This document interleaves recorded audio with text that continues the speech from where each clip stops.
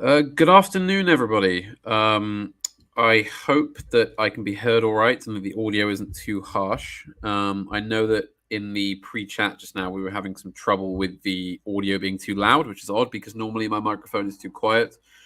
So yes, here we are. I'm not sure where Knight Rider of Albion has gone. I think he went to fix a technical issue. That's right. There he is. Oh, he's here. He's here. Right. So yes, these are basically this is the first of a series of what I call the Sunday Ramble, which is basically just sort of talking about sort of the adjacent related things on my channel that I talk about anyway.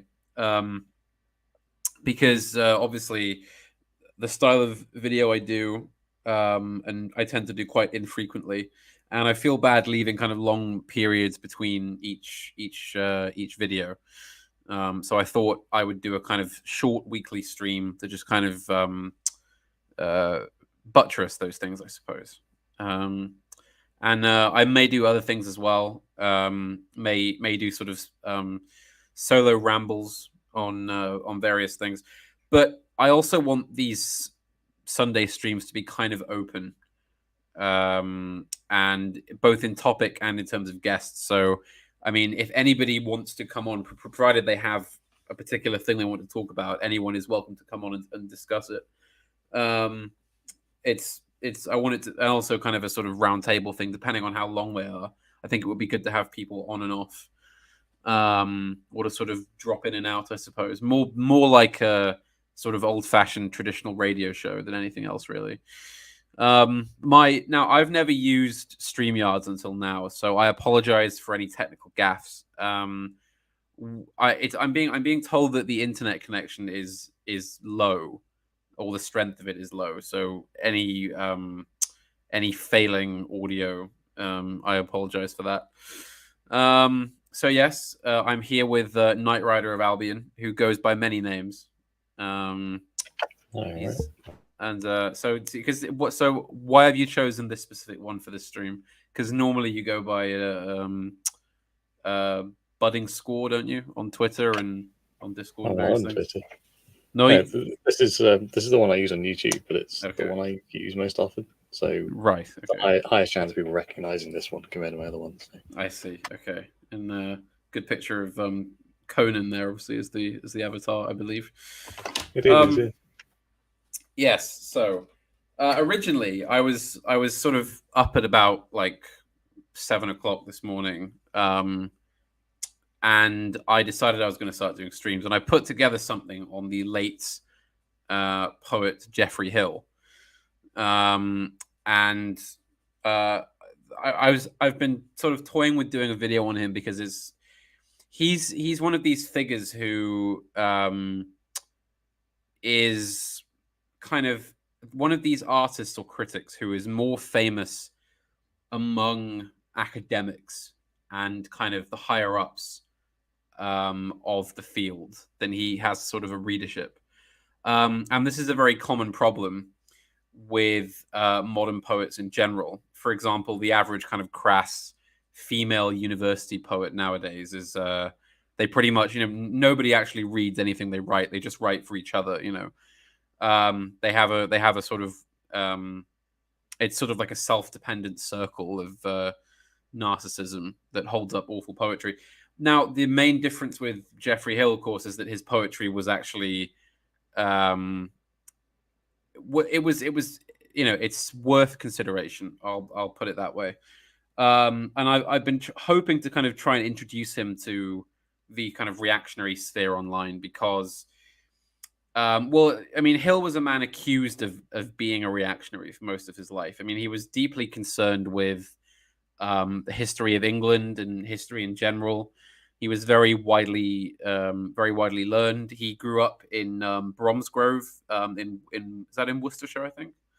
And he said as a child that you could see past the Malvern Hills right into Wales and see the kind of Welsh hills in the distance. And he wrote poetry collections called things like Mercy and Hymns or King Log and things like that. there's quite a good line in I want to say it's King Log, where he writes about King Offa, of course, who after Offa's Dyke isn't who, sorry, for who Offa's Dyke is named. And he says there's a line in there where he says that he's now like the overlord of the M5, you know, kind of looking out as at the roads that now perforate the border between England and Wales. And he was Hill now was not really what I would call reactionary in that sense. But the main point of interest for me with him is that he was always accused of being difficult, that his poems were too difficult, that you couldn't get through them without having to look things up or look up difficult words in dictionaries or sources, or, you know, well, what's this on about? This doesn't seem conclusive. And I know that the disgusting specimen that is one Jeremy Paxman, who, what was it? Was it University Challenge he used to host, and all sorts of other things as well. I think Paxman is one of those people who's like Stephen Fry, where they say that he's a stupid person's idea of what a clever person is. He was always criticizing Hill, and he called out in a broadcast once about the arts, and he said that poets need to be more in tune with the masses and make poetry more accessible to the masses. And Hill rejected this and said, well, no, because the best he argued that a difficult poem is more, obviously this is quite a charged word in our circles, but he said that a difficult poem is more democratic, because it means that you're treating the audience as intellectually capable of keeping up with something that may not be may not present itself at first glance. You know, something that requires more than sort of 2 minutes of effort to really grapple with, I suppose. So, I mean, I would like to ask you particularly, what do you think about this whole kind of discussion or argument around the difficulty of art? Because I know that in our circles, obviously, John Dee is famous for posting art that he knows will rankle people, and you know, there's always somebody sort of moaning in the comments about, you know, oh, my 5-year-old could have painted this, or this is you know, this doesn't seem to sort of signify anything. But if you actually do a sort of true return to tradition, and you look back at kind of art prior to, I'd say, the sort of academic periods of the 1800s, there's a lot less true to life representation and quite a bit more abstraction than people realize. I mean, I would say you're a sort of connoisseur of the strange and the esoteric. I mean, in your personal sense of aesthetics, where do you kind of lie with this? I mean, so give me your take on that. So my best point of reference would have to be Lord Alfred Tennyson's Idylls of the King. Okay. So this is a great example where the poet is so skilled that the poetry can speak to all levels, regardless of like intellectual skill or whatever. Mm-hmm. So this isn't like an obstinately obscure poem that you have to know all sorts of stuff to understand. It's the kind of poetry I prefer because it appeals to kind of like a more sort of consistent racial style, I guess. It's very particular to us, which is what I like about it. But it's able to carry like quite a significant amount of inspiration with it. So like reading it through was almost like listening to a song in a way. Whereas compared to, well, like Hill's poetry, which I find to be quite a bit of a flip side, is you have to know so much, and it almost feels a little bit like intellectual masturbation there to actually understand his poems completely. So, I know what this is and know what that is. I would certainly say that Geoffrey Hill's later poetry. I was reading a blog earlier about it, and I found this quite wonderful way of summing it up. So I think this is especially the problem with his early stuff. Where did I post it? I saved it somewhere, and now I can't remember where. But I basically, yes, here it is. So the man in question said, as so often when toiling up Geoffrey Hill, the overwhelming sentiment, as my friend and correspondent Bill Bennett said, is, what the hell is he on about? I don't know, but within a few lines, he's onto italicized words in unrecognizable languages and referencing titles by Thomas Hardy. You need a big bookcase just to look it all up. This is footnote or crossword stuff and reveals little but the over-specialized character of Hill's own reading. A lofty mind of the First Order seeks to demonstrate its ironic control of an inner core of sense feeling, but can't resist showing off, so ends up lazily talking only to itself. And I think that's the key line, isn't it? Is talking to itself. Yeah. And as I said, I would definitely levy that as a criticism of Hill's late work. I would certainly say that a lot of Tennyson, for example, who I love, is difficult in the sense that it doesn't kind of slice open its chest and present itself to you. You look at his long poem In Memoriam for his friend Arthur Hallam. That is one of those poems where you read it through and lines and verses will sort of come back to you as you go through life. I think it's one of those things. It's like a piece of art that repeats itself on you. To use a rather crass analogy, I think, if that makes sense. Yeah, it's got such a phenomenal impression to it, but it just kind of speaks to the depths of it that it has to take recursive thought to dig further and further into it. Yes.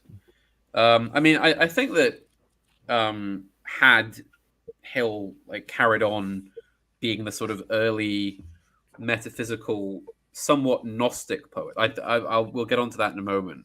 Hill's apparent sort of Christian Gnosticism, but yes, as I said, he, towards the end he began to lose himself, I think, in intellectual masturbation. Though to be fair, I think he was kind of aware of it because he died in 2016, and in 2019, a book was posthumously published called The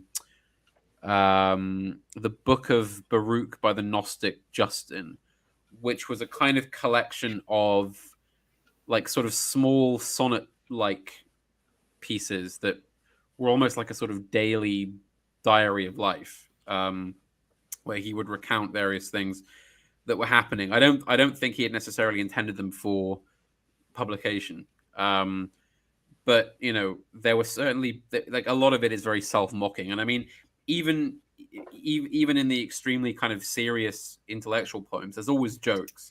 There's always moments of humor. And in an interview with the BBC, he said that he was a great admirer of kind of 1970s sort of TV comedians like Ken Dodd and that kind of thing, and that's that style of comedy. And if I did have to criticize Tennyson on a particular aspect, I would say he was humorless in a lot of ways. It's not that poetry has to be comic in some way, but I've said before, I don't think you can really forgive an artist for not having a sense of humor. I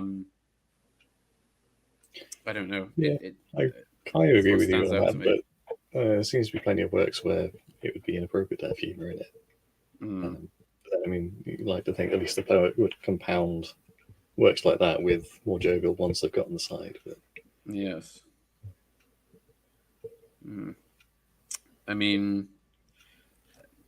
I don't know. I suppose it's a matter of personality, because Geoffrey Hill was always being regarded as somebody who was sort of very dry and humorless, but was quite sort of entertaining in person.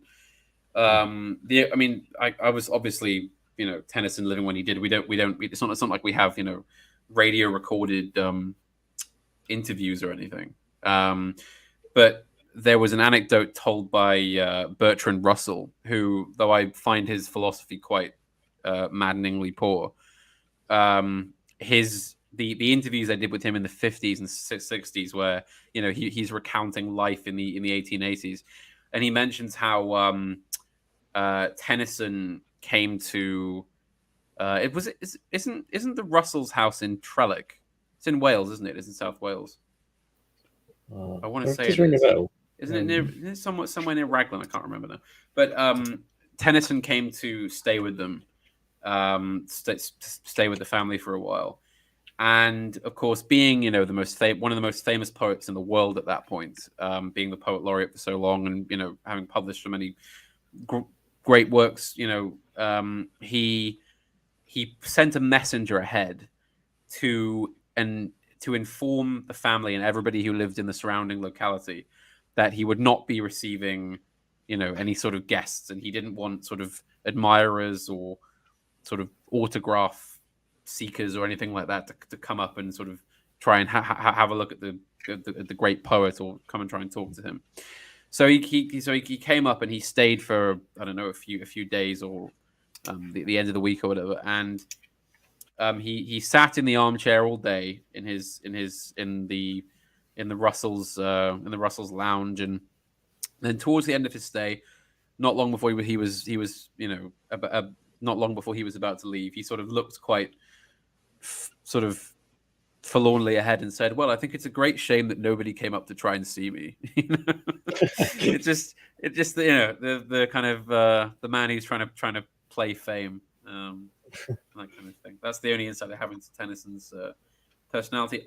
Right now, somebody's left a comment here or a chat, Penthouse in the Woods, which I can see on StreamYards but can't see on YouTube. I don't know if there's a reason for that. Also, apologies for the noise outside. That is the comment, which is taken from Geoffrey Hill's poem To the High Court of Parliament, November 1994. Where's the property in this? The slither frisk to a lordship of a kind as rats to a bird table. I mean, yes, when Hill was in full force, he really was in full force, and he certainly had a hatred for the current sort of oligarchy, I suppose we would call it.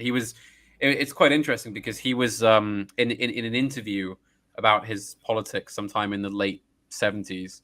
He offhandedly made a remark that he identified with the radical Tories of the 1800s and of the early 1800s. And of course, academics being as useless as they are, kind of took this as completely the opposite of what he meant by that. And he also made use of the rivers of blood trope in one of his poems, which didn't go down very well, as you can imagine. Though I've no evidence to suggest he was that way inclined in politics. In fact, I think quite the opposite. In the book of Baruch, he made a remark about how he wanted Corbyn to win the election, and he was quite vociferously pro-Remain. So I don't know. Oh, there we go. The comment was withdrawn. That's why. And Vingel says that Knut Hamsun is the funniest and greatest author ever. Have you ever read Knut Hamsun? Oh, I'm afraid I hadn't heard of him. He was a Norwegian who was kind of grew up in quite a poor family and made his own way in the world. I think he ran away at like 15. Got a job in a post office, traveled to America on no money, and then went back to Norway and began to write novels. And he was kind of a bit of a prodigy for a while. Then he became very infamous because he became an admirer of Hitler. I probably shouldn't say that, should I? I'm trying to get the channel monetized. I can't say him. I have to say, well, let's say he became an admirer of the Funny Party in 1933. And when said party invaded and occupied Norway, he became a kind of court poet to Quisling and to the leader of that party. Oh, wow. Yes. Can you hear that, by the way? There's someone just revving a car engine outside my window. It's only a little bit. Yeah, that's fair. I'm gonna go and close the window. Give me a moment. Sorry. Apologies.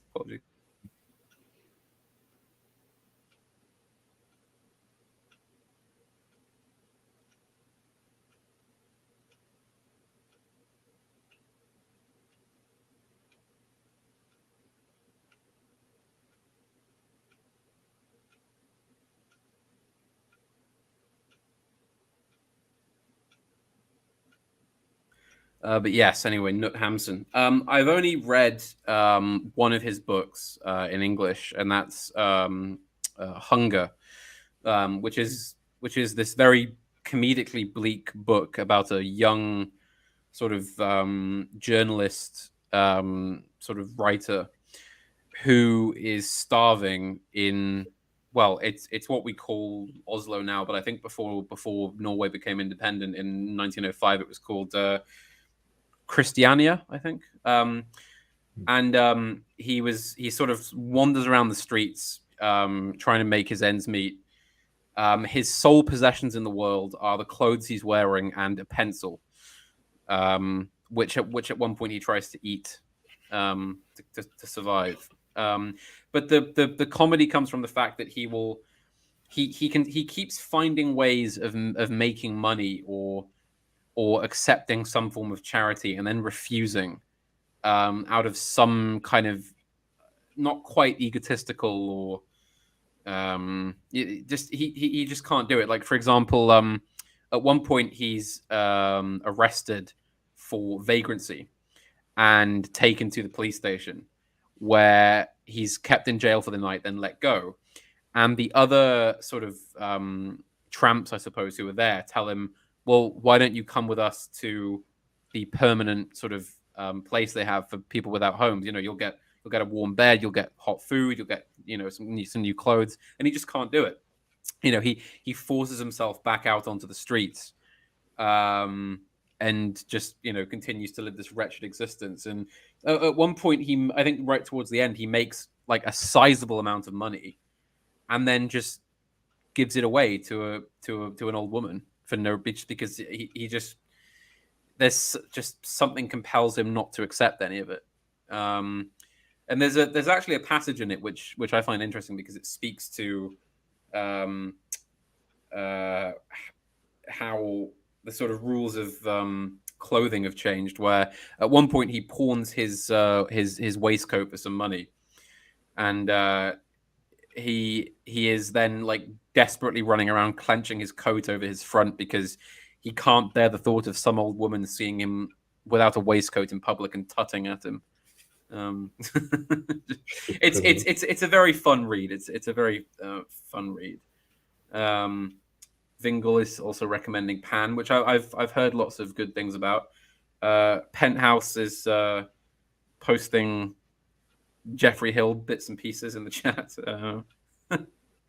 I like that. Just Hill post for the entire stream, which I'll read out. I read the first one, and then we have England now for the genius, the eidolon, which is a word. There's a word I don't know, so I mean that's what reading Geoffrey Hill is like. Unsubstantial yet voiding substance like quicklime, privatized to the dead her memory. Let her wounds weep into the lens of oblivion. You know, as I said, always powerful. When powerful when he puts his powers to work. I will say one thing I find slightly iffy about Geoffrey Hill is his strange philo-Semitism. He seems almost obsessed with a certain event which took place in mid-century Germany, and a number of the poems are about it. I mean, given that his other obsession was kind of, you know, the sort of metaphysics of England, it does seem quite an odd obsession for someone like that. But there you go. There's a little bit on the side there for reference. Eidolon is a humanesque phantom or apparition. I see. Okay. For genius, the Eidolon. Yeah. So I mean, it's, you know, not that it's a bad thing, but he's not a poet that comes quickly. It does take a while. Yes, Vingle. I mean, it's that book Hunger is always just somebody who it's the protagonist just it's odd. I can't really sum it up in a word. I keep meaning to say egotistical, which is certainly there. He is quite highly strung, but it's something more than that as well. He just can't accept any way out of that life, or any kind of real sort of charity or gift, or I mean, even when he earns money, he just gives it away. I think it's maybe some sort of nod to Saint Gerasimus the Jordanite, so there's the guy that lived out as a hermit, right, and ended up talking to a lion at some point. That's a pretty significant bit in the Bible about ascetic lifestyles. There's like a constant bizarre urge to just try and shed any kind of material buildup because it's kind of considered abhorrent. Well, I mean, this is quite a perennial thing, isn't it? Because quite a number of faiths have this whole conception of holiness is achieved through little material means, isn't it? I mean, I was, you think of the early Christian desert fathers, literally casting themselves out into the deserts of Egypt with, basically nothing.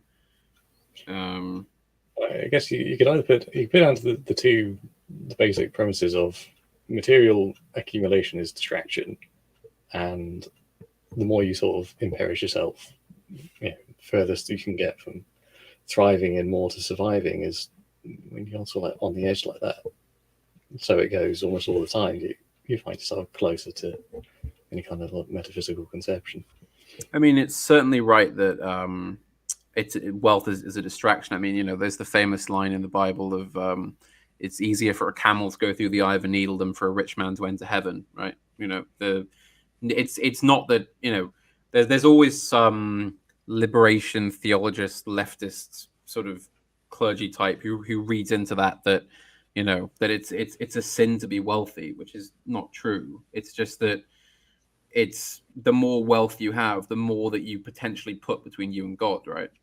Playing to greed, basically. Yes, I mean but again, this is something you see especially in Eastern faiths, where the priestly castes, even if they control, huge political power and wealth, and control, huge monasteries and orders, and you have a country like Tibet where it's quite literally ruled by monasteries. I mean, even in those, the monks are expected to live very ascetic lives themselves. Then they're not living it up in a pleasure dome, or they're not supposed to be. Yeah. And there's a kind of focus on the ultimate piety of the poor man, or the wandering man, or the itinerant, which is something that we kind of lost in the West. That's in a lot of places you still have that, but not in the West, because that person would just be seen as a sort of bum or a layabout or a tramp, wouldn't they? This is actually something. Sorry, they carry themselves different, don't they? Surely you kind of perceive some kind of just pious figure to the man that makes himself ascetic. He's not just a tramp, because he's got like this power beyond life in him if he's doing it right.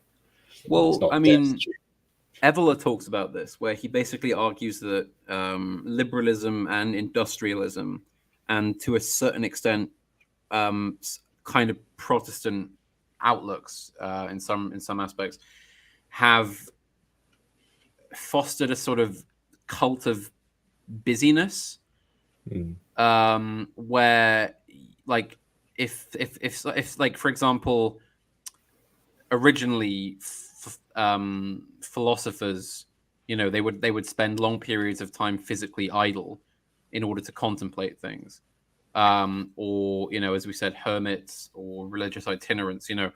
There was a place in society for those people, or for example, in say the lifestyles of Middle Europe, a lot of days the average laborer would not be working, because there wasn't, it's reported that there were a lot of rest days every year, because there wasn't that cult of busyness. If all your work was done, there was nothing wrong with resting, or just doing something that wasn't looking busy. Because this is what Evelyn says: is that it's not even that a lot of people he was writing in the 20s and 30s and onwards, but I think the same applies now, that a lot of people will do things just to appear busy. Like a lot of jobs, they don't need to do that much work. It's making busy with themselves. Like there's that term that recently kind of came up about bullshit jobs. This idea that what is it, like two-thirds of all the jobs in the modern economy, if they stop happening, it wouldn't change anything. Like they didn't actually do anything. Exactly. I mean, I was up in London recently, and it's the same here in the provincial towns, where you have these workspaces that are like sort of offices for rent, or not. Well, it's more like a desk for rent, where people will arrive with a laptop and a big mug of coffee, like a sort of thermos of coffee, and they will sit there all day and answer emails, and they get paid, sort of middle tier salaries for that.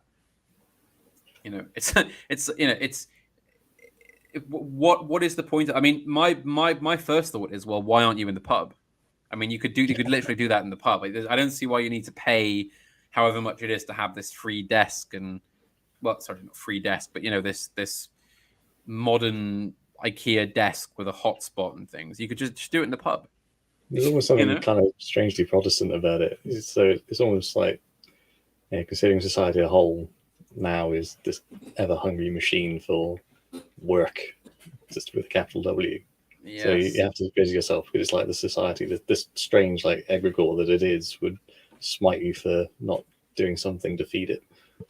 I hope if Turnip is watching this back, he's probably going to take us to task for using the term Protestant so pejoratively. But I do want to genuinely ask, where does this concept of the Protestant work ethic actually come from? Like, what is it? On toil, isn't it? I think it's one of the Ecclesiastes phrases that is on about. As I was saying earlier, like the expression of your faith through just toil by doing little busyness like sweeping the floor, anything like monastic chores. But then, I even shared this thing a couple of months ago. I can't quite get it off the top of my head, but it was along the lines of finding some kind of solace in it.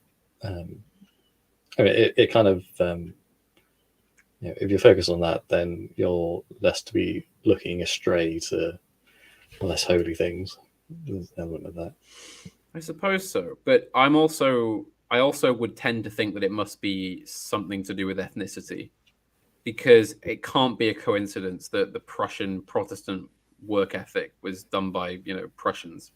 I mean, the great sort of stereotype is that the Prussians are all ascetic, fun-hating, militant workaholics, and say Catholic Austrians or Bavarians are kind of overweight, alcoholic, layabouts.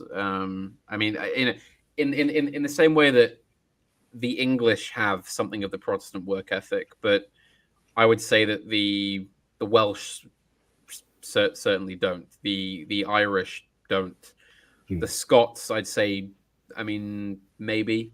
Some of the Presbyterianage comes into it, doesn't it? Yes, I mean, you look at the English emigres to America. You look at Norwegians or Swedes. Very much Protestant. I believe it must be tied to ethnicity. Whereas you look at, I can kind of sum it up by Wallace hammering for 1 hour, right? That kind of attitude where you just put your head down and do work. So you can see with some of the characters spilling into that. But then on the flip side, there's a reason why we've got Anglicanism that came out of that. True, but then Anglicanism is kind of a slight middle way, isn't it? Because it's still quite Catholic in its outlook and its liturgy. So I don't know. I mean, I would say that England is definitely a middle way in that respect.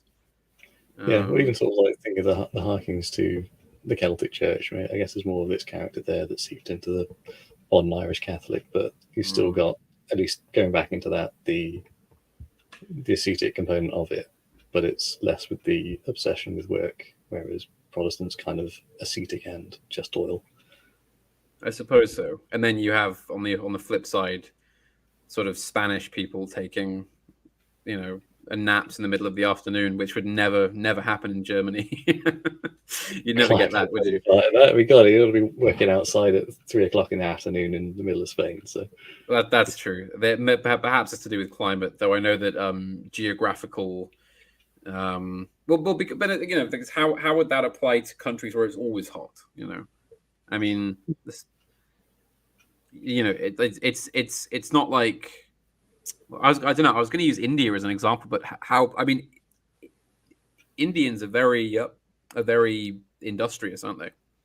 Very quite hard. I mean, I don't know if hardworking is the right word, but I would certainly say industrious.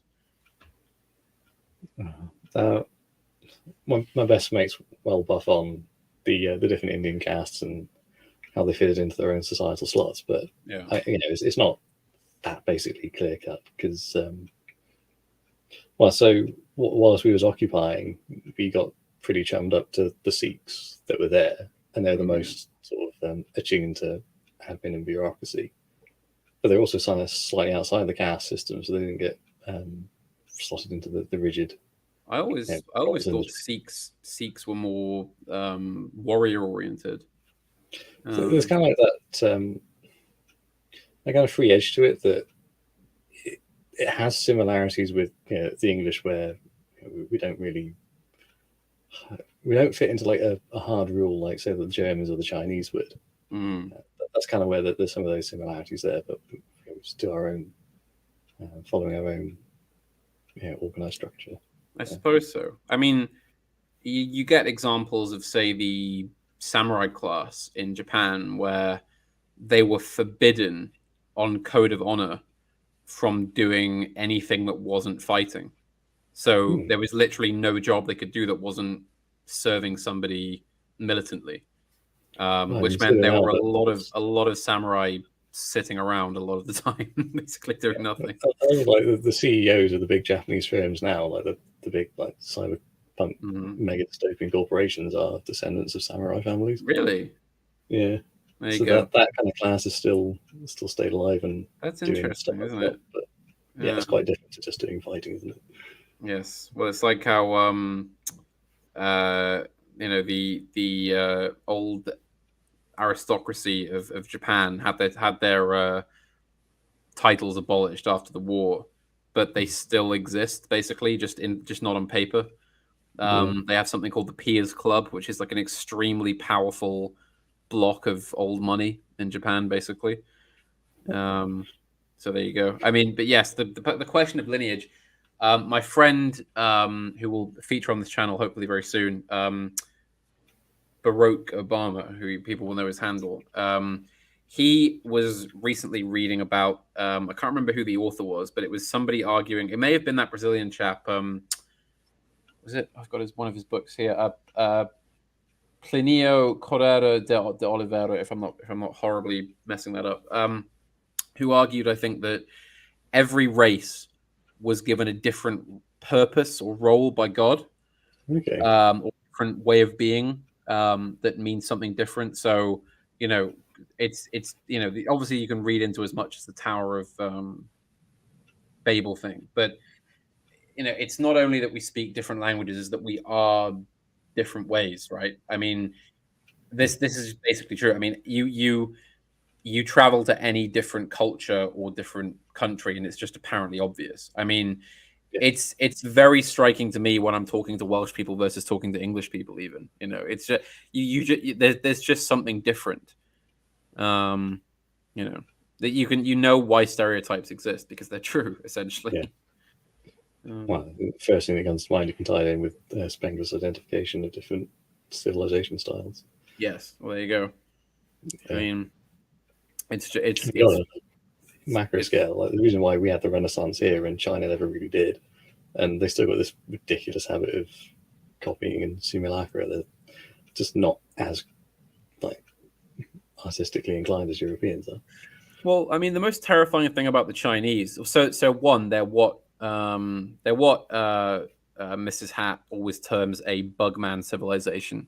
I think her contenders for Bugman civilizations in different ways are China, Russia. I think she sometimes counts Japan, but that's essentially what she's going for. And she always argues that somewhere like China. Well, I mean, so for a start, the main issue with the Chinese is that they're extremely self-centered. I would say kind of in the same way that Jewish people are, where their own word for China is every land under the sun. Yes, I mean, but essentially every interaction with a non-Chinese person is basically worthless. I mean, it's like they're not talking to a real person; they're just talking to like plants or rocks. This kind of slight chosen people narrative. In fact, before I go on with the Chinese, that there's a wonderful channel called what is it? Oh, is it? I think it's called 5 Romeo Romeo, who's this old ex-Rhodesian infantryman who recounts war stories and talks about the history of South Africa and Rhodesia. And he said that the Boers, when they settled what is now South Africa, they had this chosen people complex to the extent that he said that to them, Boers were God's chosen race, and the British and the Zulus and the Mashona and all the other types of people were basically on the same level as like rocks or trees, you know, in that the Zulus existed to provide servants and slaves, you know, basically. That was why God put the incredibly self-centered view.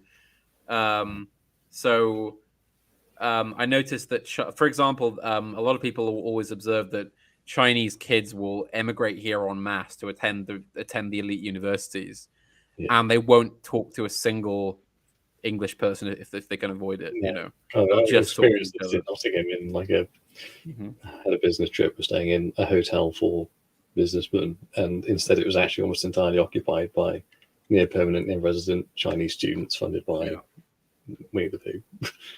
But yeah, they just do not acknowledge the existence of anyone else around them. It's just totally baffling. It's also to the point where it's like they don't see you when you're walking down a corridor, so they won't get out of the way. No, Very weird. Yeah. But what we have to consider is how healthy of an in-group preference is this? Well, that doesn't sound very healthy at all. That's far too inward. I suppose so. Yes. I mean, but this is the thing with the Chinese. This is why they are the way they are.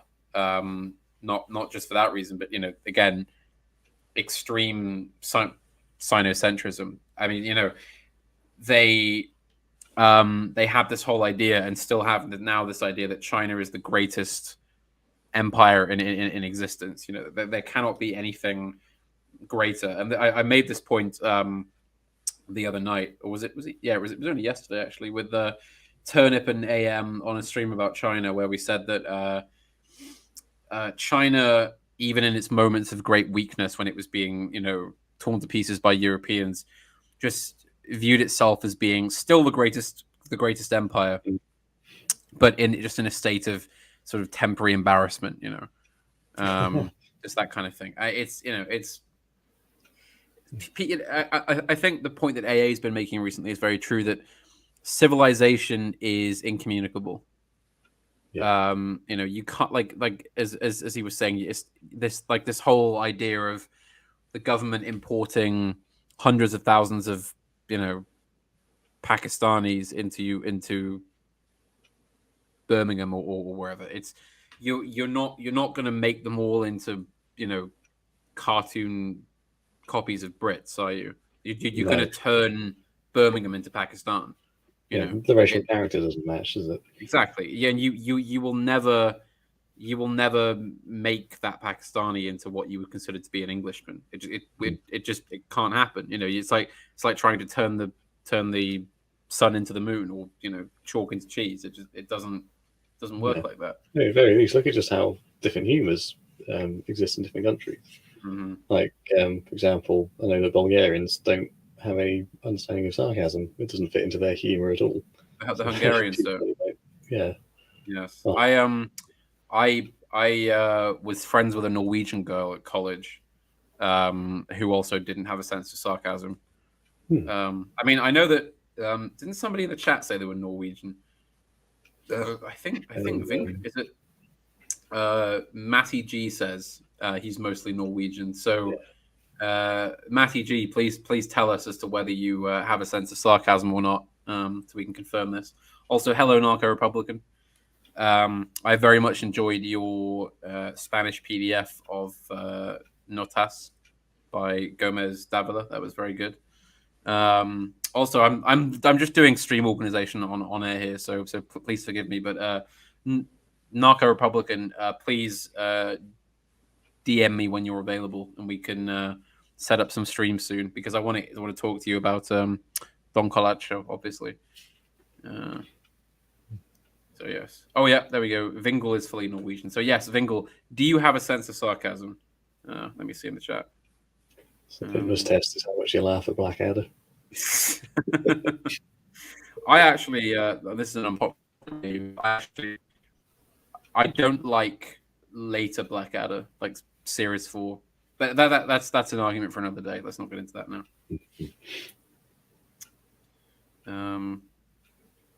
Yes. All right, wait for a response from them. Yes. He says he does have a sense of sarcasm, but he's also partly Irish, so he's an Irish Norwegian, which is quite an interesting mix of people, isn't it? Strange. Yeah. There's our friend Forged in the Ashes there. Hello, Forged in the Ashes. Here he is. Anyway, yes. Yeah, what was that? So you mentioned earlier when we started talking about Geoffrey Hill, this somewhat Gnostic considered writings. Well, he was very guarded about his religion. He was known to be somewhat of an Anglican. His wife actually became one of those cursed Anglican priests. Unfortunately, yes, very, very cringe. But yes, I think he was a practicing Anglican in private. Never really spoke openly about it. But I get a sense, because he's constantly making references to European Gnosticism and to various Gnostic figures. So I get the sense he may have been a kind of Christian Gnostic, what would have been considered a kind of heretical philosopher centuries ago. Lack of outward expression of it. Yes, basically. I mean, you know more about Gnosticism than me by a long stretch, so do fill us in on how kind of Christian Gnosticism works exactly, and kind of what draws somebody to it versus straightforward Christianity. Okay, well, so I'm still kind of piecing together, by and large, different people's understandings of the term Gnosticism, because I mean, there's a lot of different ones of them, and I tend to get a somewhat different reaction every time I bring it up. There are definitively Christian Gnostics, and there are pre-Christian Gnostics, and then you've got the rather cursed ones that, in their attempts to understand the whole canon, decide to side with the bad guy, and they want to do the whole transhumanist rule the material world, side with the demiurge thing, which is just the most creepiest people I ever come across. There's bad vibes. The people with massive wide-eyed sort of Aleister Crowley stares, I imagine. Yeah, there's that, and one of the funny telltales is if they're using as their profile picture some shot of Griffith and Berserk. It's a weird thing I've noticed for that as well. Yeah. Of course, they're a Gnostic weeaboo. So yeah, there's that character in particular. I kind of just I can see how they associate with it. There's that weird sort of the autistic sardonic style that goes with it as well. But yeah, so you've kind of got three different particular tinctures of it. The whole idea of the ones that are basically worshipping Lucifer is a really modern idea that comes from a slight twisting of how the story of Prometheus fits into the canon, and how they follow on his similar role of bringing fire to that of the one that brings the light. But that's kind of like a modern aside. So am I correct in thinking that the basic definition of Gnosticism is the belief that every being is contains some essence of God? Yes. The divine, okay. Yeah, crux of it is humans are the main character, effectively. Humans have this divine spark in them, which means that they've so I have to mention it's not everyone though, because like with Hinduism, you've got the three classifications of human, that is Cyclic, psychic, and pneumatic. The Vedantic Hindu equivalent is Tamas, Sattras, and Virgas. So Cyclics are basically animals; they haven't got metaphysical conception. In some respects, you can kind of just consider them as being just almost like automatons; they haven't got it, but they can still be vessels where a soul is attached. But the main emphasis is on the psychics, which is your conventional man who can understand religion, can't really see much else beyond that, but feels it. So we go to church, genuinely pious. So this is where the matter lines up with the Zoroastrian idea of at the end times, the rapture, Ragnarok. Keep in mind, a lot of Gnostic stuff ties in with the cult of Mithras, which came from the cult of Mithra, which stems from Zoroastrianism in Persia. So this is like the counterfaith in first century Rome. I see. Yes.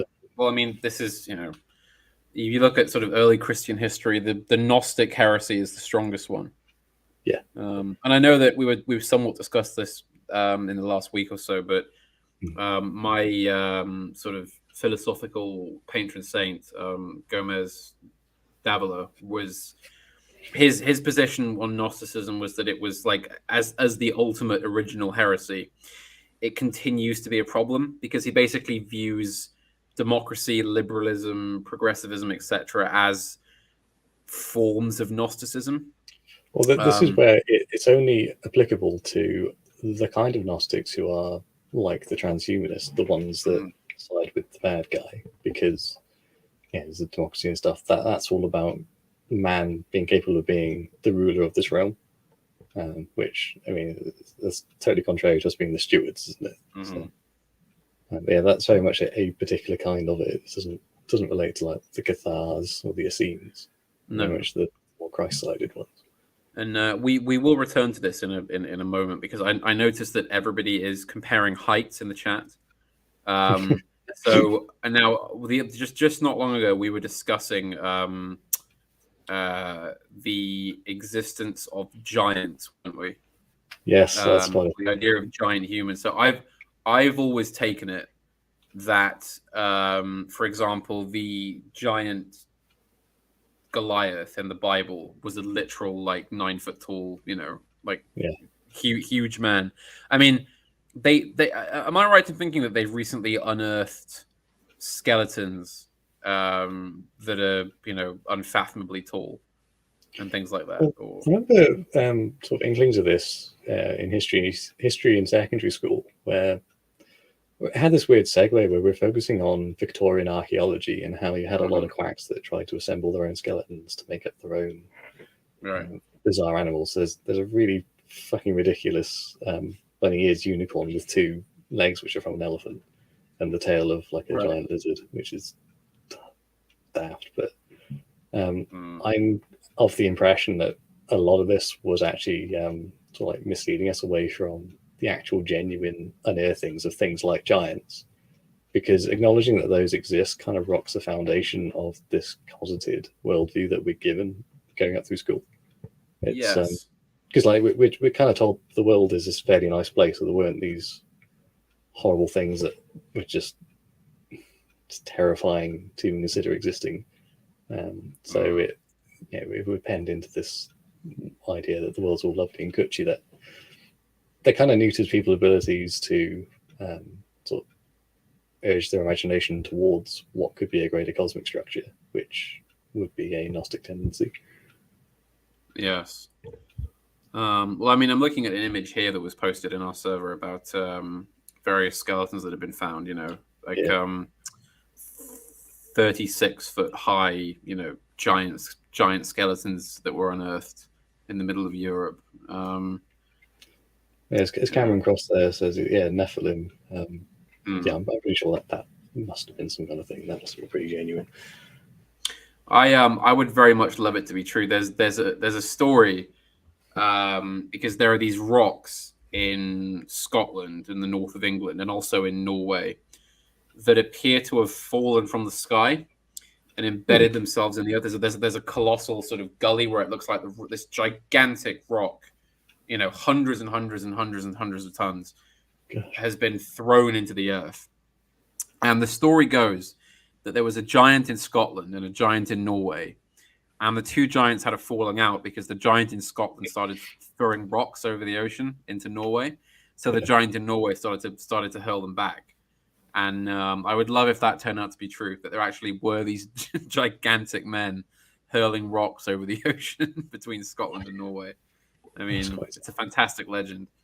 There's a legend sort of similar, towards giants and stuff down my end. So next to the village of Garway in southern Herefordshire, which it used to be the site of a Knights Templar fortress monastery, there is the village of White Rocks, and this place has large white granite rocks on it, and it's quite high up a hill. So the story goes that some giant was jumping across the hills with the devil, carrying boulders for whatever reason in his upfilled shirt, and he kind of stumbles and drops them at White Rocks. Well, I mean, they're always wondering about how they hurled those giant Welsh rocks to Stonehenge, aren't they? I mean, what if they were just giant units of men that were just carrying them? Yeah. Yeah. I mean, Dinkster has pointed out the giant of Kandahar that was supposedly found in Afghanistan.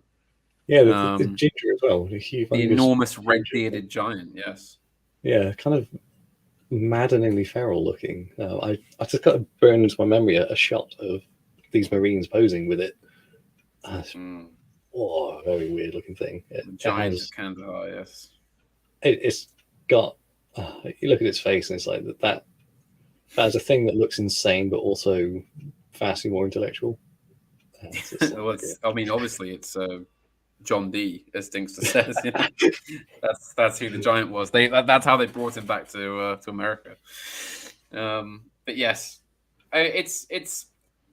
I mean, given that there was a phase of gigantism among animals for so long, I wouldn't be surprised. I mean, I know that the timescales are much more compressed, but it wouldn't be illogical for the same to have happened among humans. I mean, it's said that the reason that all the gigantic animals either sort of evolved smaller over time, if that's true, or wiped out, is because there was a crisis of food supply. Also, oxygen concentration in the atmosphere. The more oxygen there is, the bigger you can get. Yes, and also the ice age. I mean, I know that that's why the last herd of mammoth was on an island just north of Russia, because it was the last place that could actually sustain their food supply, I believe, for whatever reason. Yeah. So interesting one that Matty's mentioning. So that there's a lot of weird consistencies with stories of very tall, pale-skinned giants. Right. You can kind of liken this to big lanky elves. But it reminds me of the biography works by Richard D. Hall's brother, Chris Hall. So supposedly he worked at the place between Area 50 and 52. And he's telling stories where he was kind of like a groundsman interface with these basically elves that were scared of us because apparently we were unpredictable, but they were telepathic and stuff, and it's really been hanging around a long time. Okay. There's all like funny segues that go down with the boomer laughing, but there's there's supposed to be 3 primary aliens that operate on Earth. One of them's the tall greys, which are the bad ones. And you've got these elves, and then you've got lizard people. I mean, I recently did that stream on Kenya, and I talked about the Maasai, who are on average extremely tall, with some men in some of the groupings being on average 7 foot minimum. So I mean, maybe that is a residual race of giants, that we might have found elsewhere as well. Just something that causes them to be extremely tall. I mean, the thing is, we act like it's sort of a strange thing, but I believe height is regulated entirely by a gland in the brain, isn't it? Because you get people who have problems with it, where there's pressure on it or it doesn't work properly, and they are like 8 or 9 feet tall, and they have sort of health problems because of it, because they're not really adapted to it. So I don't know. I guess the diet's got to encourage that to enlarge perhaps early on in the womb. Maybe. And then to support that kind of body structure as well, so you won't get stunted growth. Then, so that just reminds me of different body types you can get based on gravity. And there's also a way this is kind of explored with the Tau in Warhammer 40k. So you've got the different caste systems and that, like Earth, Air, Water caste. I was wondering how long it would take us to get to Warhammer 40k. The air castes are really tall and lanky, very fragile boned, but it makes their bodies the best for piloting ships, whereas the earth caste, which are the builders, are really stocky like Welsh miners. Yes. Well, I mean, again, there's a reason the Welsh are adapted to be sort of small and broad, right?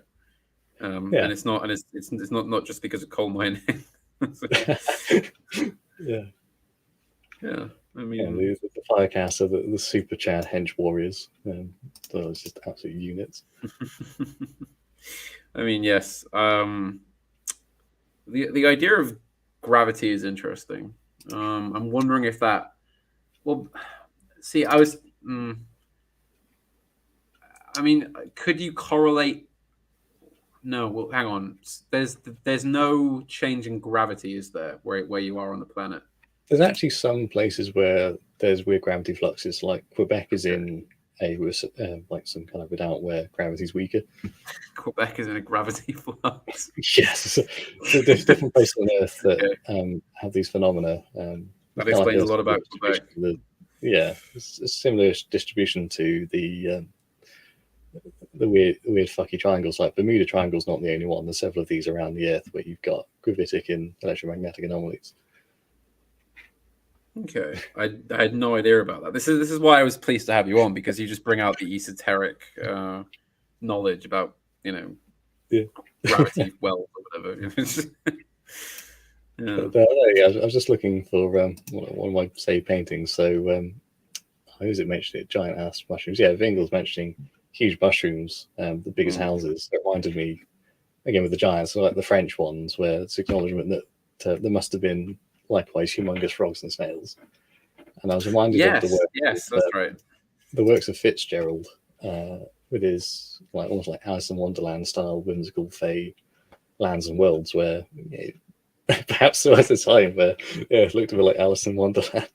Possibly. I mean, it would. I mean, I can see that. I mean, there's medieval manuscripts which are they have an obsession with snails, because scribes would get bored, and they would often draw things. And for some reason, I don't know if this was like the equivalent of memes of being a monk or a scribe, but everybody all over Europe was drawing giant snails and rabbits and cats and owls. Snails especially. Everything had. I don't know if there were just epidemics of snails in Europe at that time. I mean, to be fair, there's a snail epidemic happening right now in Venezuela, where large snails are just consuming everything. As if life in Venezuela wasn't bad enough. Have giant snails everywhere. God, I think their economy was worse than that in World of Warcraft. The equivalent exchange rate of their currency was worse than actual gold in a video game that you could turn back into real money. Oh, yeah, that's right. Yes, yeah, you could. Well, yeah, the World of Warcraft currency. I mean, it was the original. It was the original EE currency. Yeah. World of Warcraft gold. Yes. Yes, and Narco Republican. Narco Republican? Do you live in? You don't live in Venezuela, do you? That's news to me. I thought you lived in. You live in. Tell us where you live. Dox yourself, Narco Republican. I need to know if you're living in Venezuela, because if so, why? Keep his fair keys. Me eating rabbits. No, but they're everywhere. Okay. So he doesn't live in Venezuela, but the outbreak has got further than that. So that's worrying. I mean, for all we know, he could live in in like Surrey or something. just joking all the way there. No, I think he lives in northern South America. I kind of think, to be fair, somewhere like Norwich could suffer an epidemic of giant snails in all the turnip fields. Absolute field day that are out there.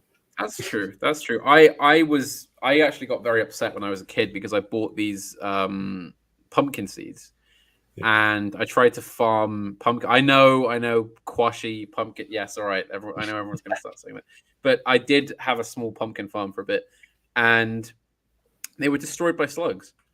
I couldn't win against the Welsh garden slug. It was unstoppable. I got those plants through frost, through heavy rain, through dry spells, but I couldn't get them through slugs. Did you not try ground up eggshells and copper filings in warding rings around them? The copper filing, the copper tape. I put slug killer pellets down. Nothing. In the end, the slugs just ate the plants. So, I mean, snails, slugs. I can understand why they're such an annoyance, because they're relentless. They'll just slowly drag themselves to your plants and just devour them, and you can't stop them. So. Yeah. It's like, as soon as one of your plants does well, the signifier that it's doing well is near enough ready to eat is because the fucking slugs and caterpillars get it. That's true. So although maybe the French are onto something, because if you're like a subsistence farmer and all your crops are eaten by snails, well then you got all these nice fat snails now, so you just eat them. Yeah. I mean, they've already done the hard work of turning your crops into usable minerals and vitamins, so just eat them instead. Devour the flesh. Well, there you go. Yeah, Lumberg is right that chickens are good. Yeah, chickens. Yes, but chickens also like cabbages and broccoli. No, that's true. Although, yeah, but to be fair, with chickens you can just use fencing, can't you? Yeah. You can just fence them out. Whereas with snails, they'll just get through. This is where something what my mother does with vermiculture gardening is you do things like companion planting and sacrificial planting. So, you might have a nice crop of broccoli. Well, there's actually something that these butterflies prefer more than that. So you just plant that nearby. They'll bother that and not touch the broccoli. So that system works really well. So it's you don't really have to do anything at all with it. If you're clever with what you plant next to each other, it takes care of itself. That's the brilliant thing about it. Right. Especially things like planting nasturtiums around carrots. So you got the whole... So the legume roots from nasturtiums are quite good nitrate fixators, which are good for top growth. You want to buy phosphates to make bigger roots, but yeah, the nitrates are good for foliage. But these things will also attract bees. Not quite as good as lavender would for it, but yeah, you've got this thing where there's like a symbiosis going on where they benefit each other. You ideally want as many bees as you can, though. Yeah. Assuming you're not going to have beer and crisps in the garden, in which case it would be a problem. It's a good thing for that. So. Yes. Yeah, people pointing up bowls of beer. I would like everybody on the right wing who has even the tiniest bit of like backyard to keep a pig, because I think keeping pigs is extremely based and economical. It'll make sure that when they eventually ban meat and force us to live in the pods, we will have a source of pork, bacon, ham, etc. We'll be able to keep going. One pig will feed a family through an entire winter. One of them. Exactly, and they really don't need anything except a bucket of slop. Yeah. I mean, they don't even need to exercise; they'll just lie there. So yeah. Well, my landlord used to keep pigs. I mean, it's now like coal bunker. there you go. There's a really endearing story he's told us of, back to a horrendous snowstorm in the 60s. Guinness for Irish snails. But yes, it was a terrible snowstorm. A neighbour, I mean, we're talking out the sticks, so a neighbour's like 5 miles away. He trudged through like 6 foot deep snow to make his way over to the landlord's place. And he's just so happy. He's had his sow has given birth to a piglet, and he's so overjoyed about it. He has to go and tell someone. He trudges 5 miles to every snow to do it. That's how it is out there. He just opens up his coat and says, "Look what I got." He's beaming. There's a little piglet in his coat. Oh well, I mean, to be fair, when you go through the effort of raising animals and making sure they birth healthily and everything, I mean, you do want to show it off. Yeah. I mean, you put me onto Clarkson's farm the other month, and I do, as somebody who grew up among Welsh sheep farms, and farms in general, it is true that all the farmers will gather in the pub and just talk absolute shit about each other all through the seasons. They'll sort of drive on their way. They'll spot somebody's field that looks a bit messy or hasn't been trimmed properly, and they'll just gossip. Everyone knows about it. So I can imagine. Well, of course, yes, and as a pig will crap everywhere, and you can just use that as fertilizer to grow crops. Yep. So you can grow things to have with ham and a lovely roast dinner. There you go. Pig shit does smell horrific. But it does smell terrible, but if you just have one pig, I think it's manageable. However, horse muck does not stink, and horse muck is the best for fruit. Well, I've spent quite a bit of time stood in stables. I mean, it does smell. It's not that nice. It kind of like dissipates quite quickly. It's not as bad as a lot of other animal products, but I wouldn't want to spend time around it any more than I have done. So, I mean, the trouble is when you're trying to walk a dog, and they just run over to piles of horse manure that are lying around. Very strange. Yes, but as Lundberg says, great for roses. Yeah. So there you go. Well, because it's quite good for mulching as well, because the high fibrous straw content. It's very good for hemming in the moisture. That was Gardener's Hour on Panama Hat Channel. Yeah, the agricultural section of the show. I've been retitling the stream as we've sort of been talking. So I've now got it to Sir Geoffrey Hill, difficult poetry, Gnosticism, giants, and snails. That's the running for this week. I'm thinking we'll go up to 2 hours, maybe a bit over, depending on it if we're in the middle of something good. Yes, I know. I noticed that everybody in the chat is now fully onto the agricultural talk, which is good. Yes, the carrot pill. What have I stumbled into here? Well, Second Horizon, you stumbled into the first of the Sunday Ramble streams, which I'll be doing, where I just get random people on and ramble about stuff. That's the plan, and so far it's going as I imagined, which is good. Yes. I will say today's because you know how AA does his cigar streams but doesn't actually have a cigar. Well, I've made sure to have at least two pipes today, and they've both been the wonderful Sutcliffe creme brulee, which I'm addicted to, and like that very much. Because it literally tastes like you're eating or smoking a pudding. I mean, it tastes of custard and cream and wonderful things. So highly recommend that to any other pipe smokers. Yes, what was I going to? I have something I was going to ask you about. just now. I can't remember what it was. It was something to do. We were talking about Gnosticism, and then we got onto giants, didn't we? Yeah. Yes. Anyway, I want to say I would rather we, even if we exhaust our topics and just sort of end up rambling, I would rather do that than read headlines.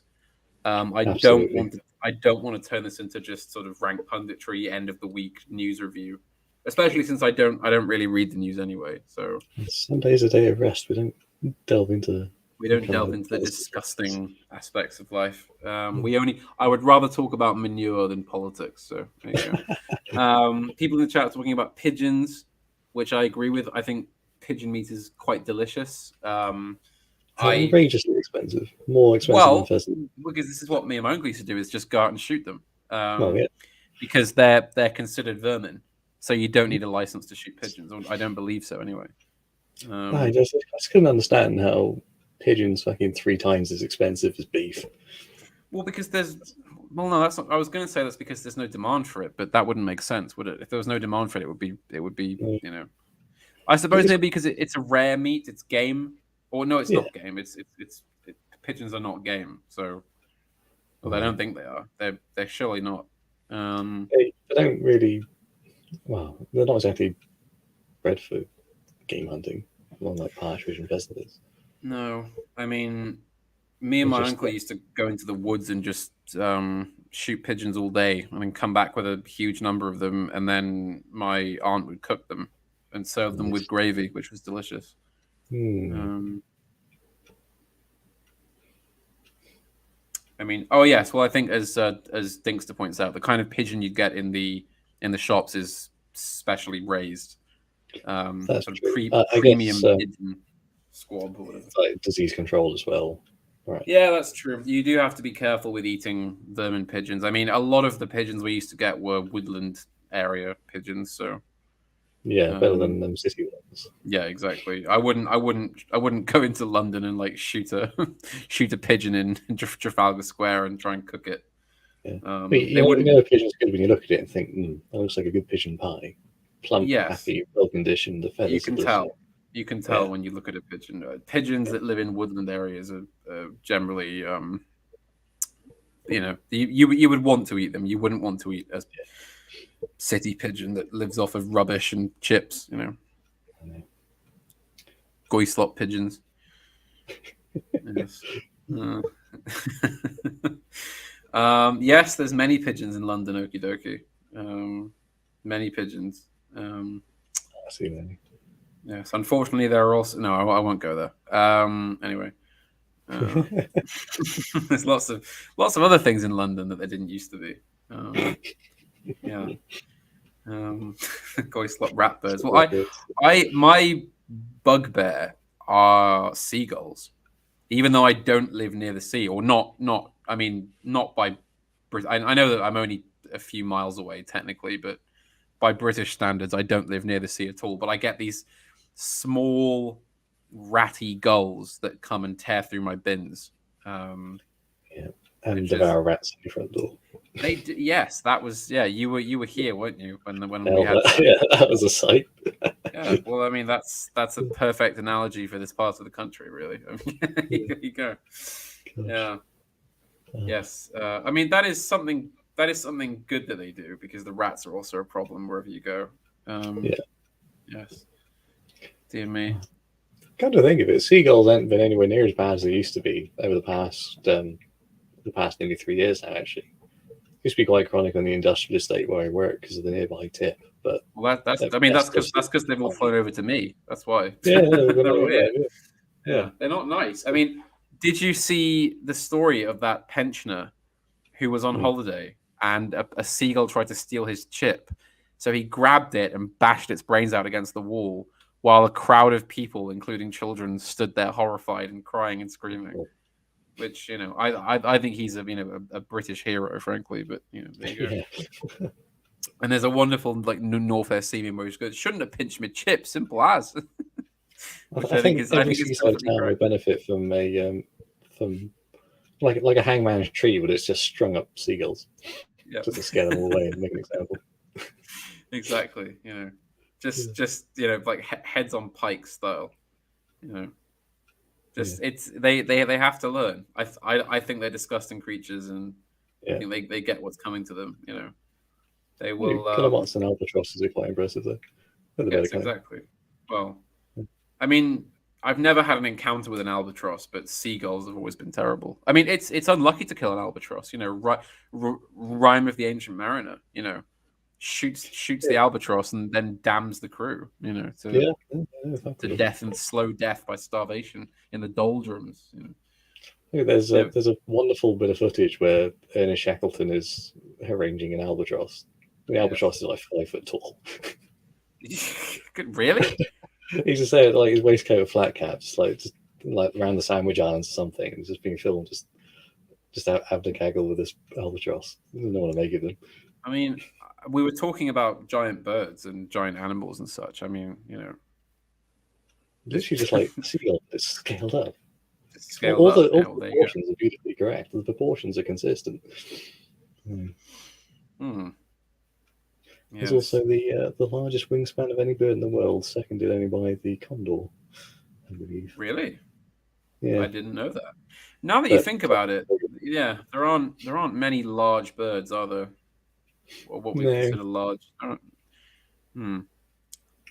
Yes. Well, I mean, you mentioned the Shackleton expedition. I mean, I was amazed at the amount of footage we have from that. Because I used it in one of Chris Gard's music videos. Yeah, I thoroughly enjoyed that, and I hadn't realised how much there was as well. Gosh, a huge amount of footage of them doing all sorts of things. I'm not entirely sure who had the camera, but some of the shots are quite like sort of pioneering as well, like quite avant-garde looking. Some of the angles and where they position the camera, it's quite it's not amateurish at all. Yeah, I'm really into it. And it's incredible to me, given how miserable that whole expedition was, how happy everyone looks. Yes. But I suppose because that is the way for a man to live, a man of adventure. In hardship with his brothers. Exactly.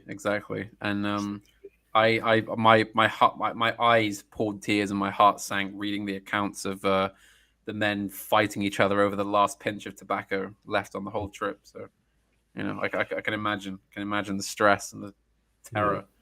That was apparently the only thing that really broke up the crew, was the arguments over the dwindling supply of tobacco. I mean, the food's low, nothing to drink, but that they can all deal with that. But it's the tobacco. Yes, I highly recommend the book Endurance, which is an account of the trip. And I would say I don't normally recommend audiobooks to anyone, but the audiobook of Endurance, narrated by Tim Pigott Smith, a fine British thespian of the stage mainly, is fantastic. It's an excellent account, excellent narration. It's only about 5 hours long. It's not a very long audiobook at all. It's very, very good.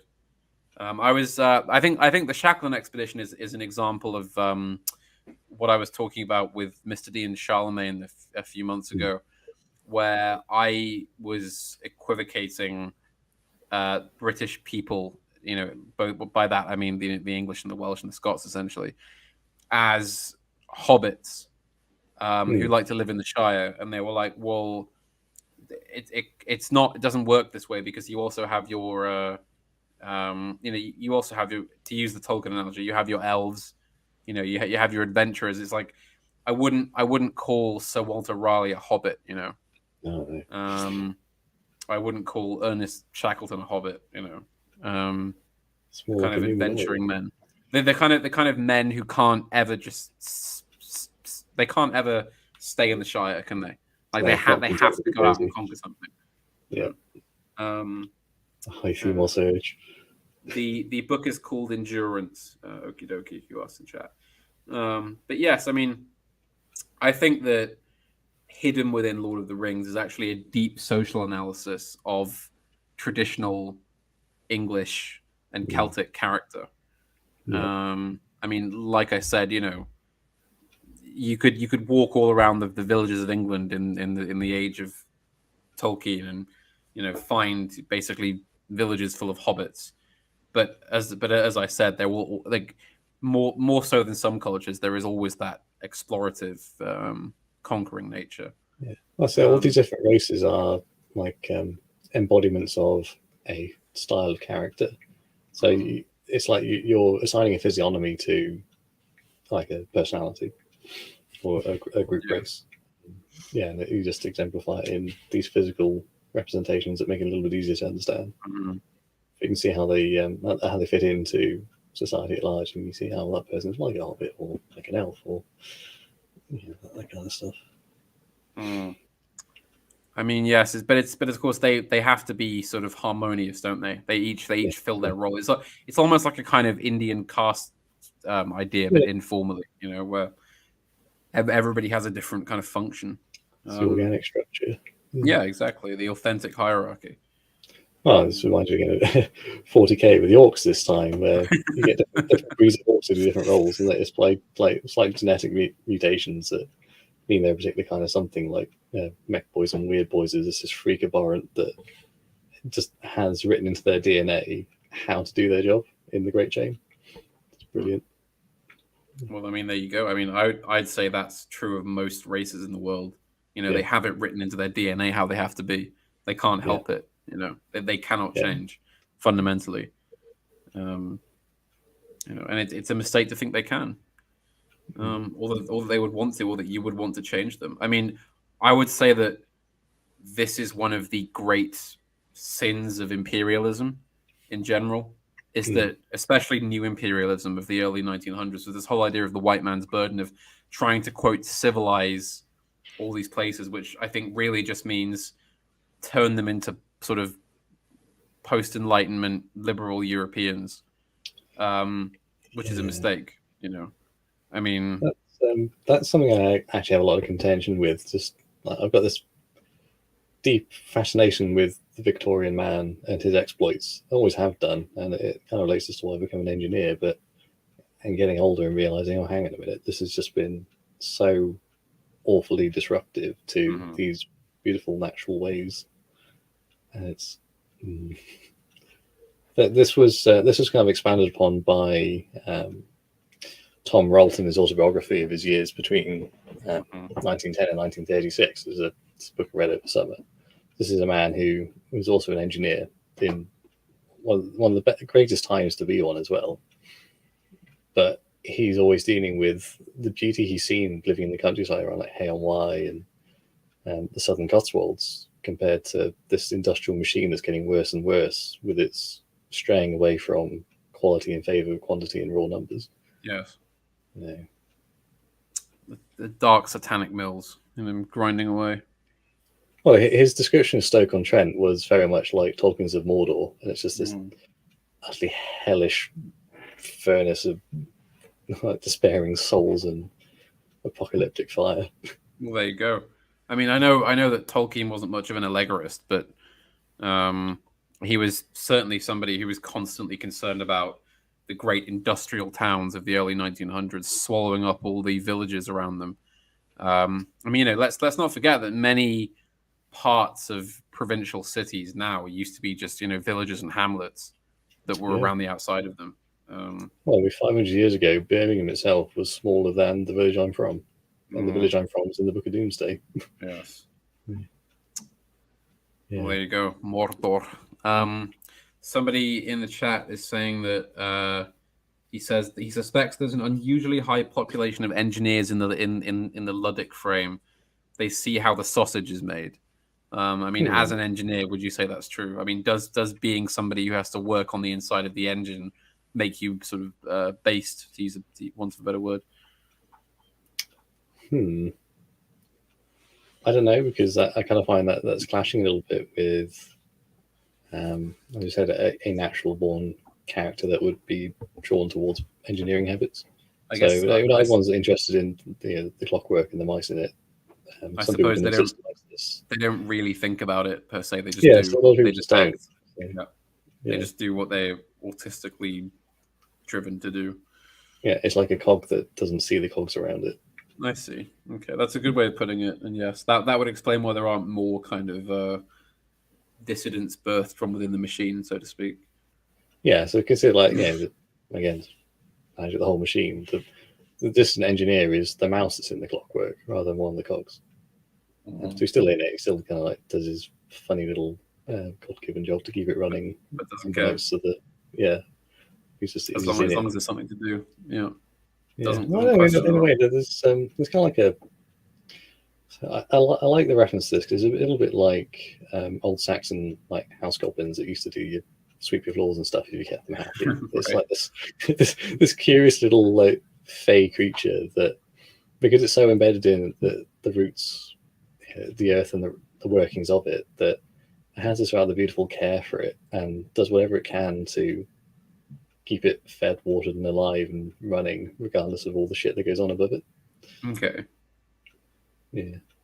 That's interesting. And of course, there's a number of legends like that in different cultures, and it always comes back to, if you don't treat them well, they'll do something horrible. They'll steal your children and eat them, or something like that. They know about things that you don't know because they're so deep into it. So don't piss them off. Exactly. Yeah. Also, I think it contains an implicit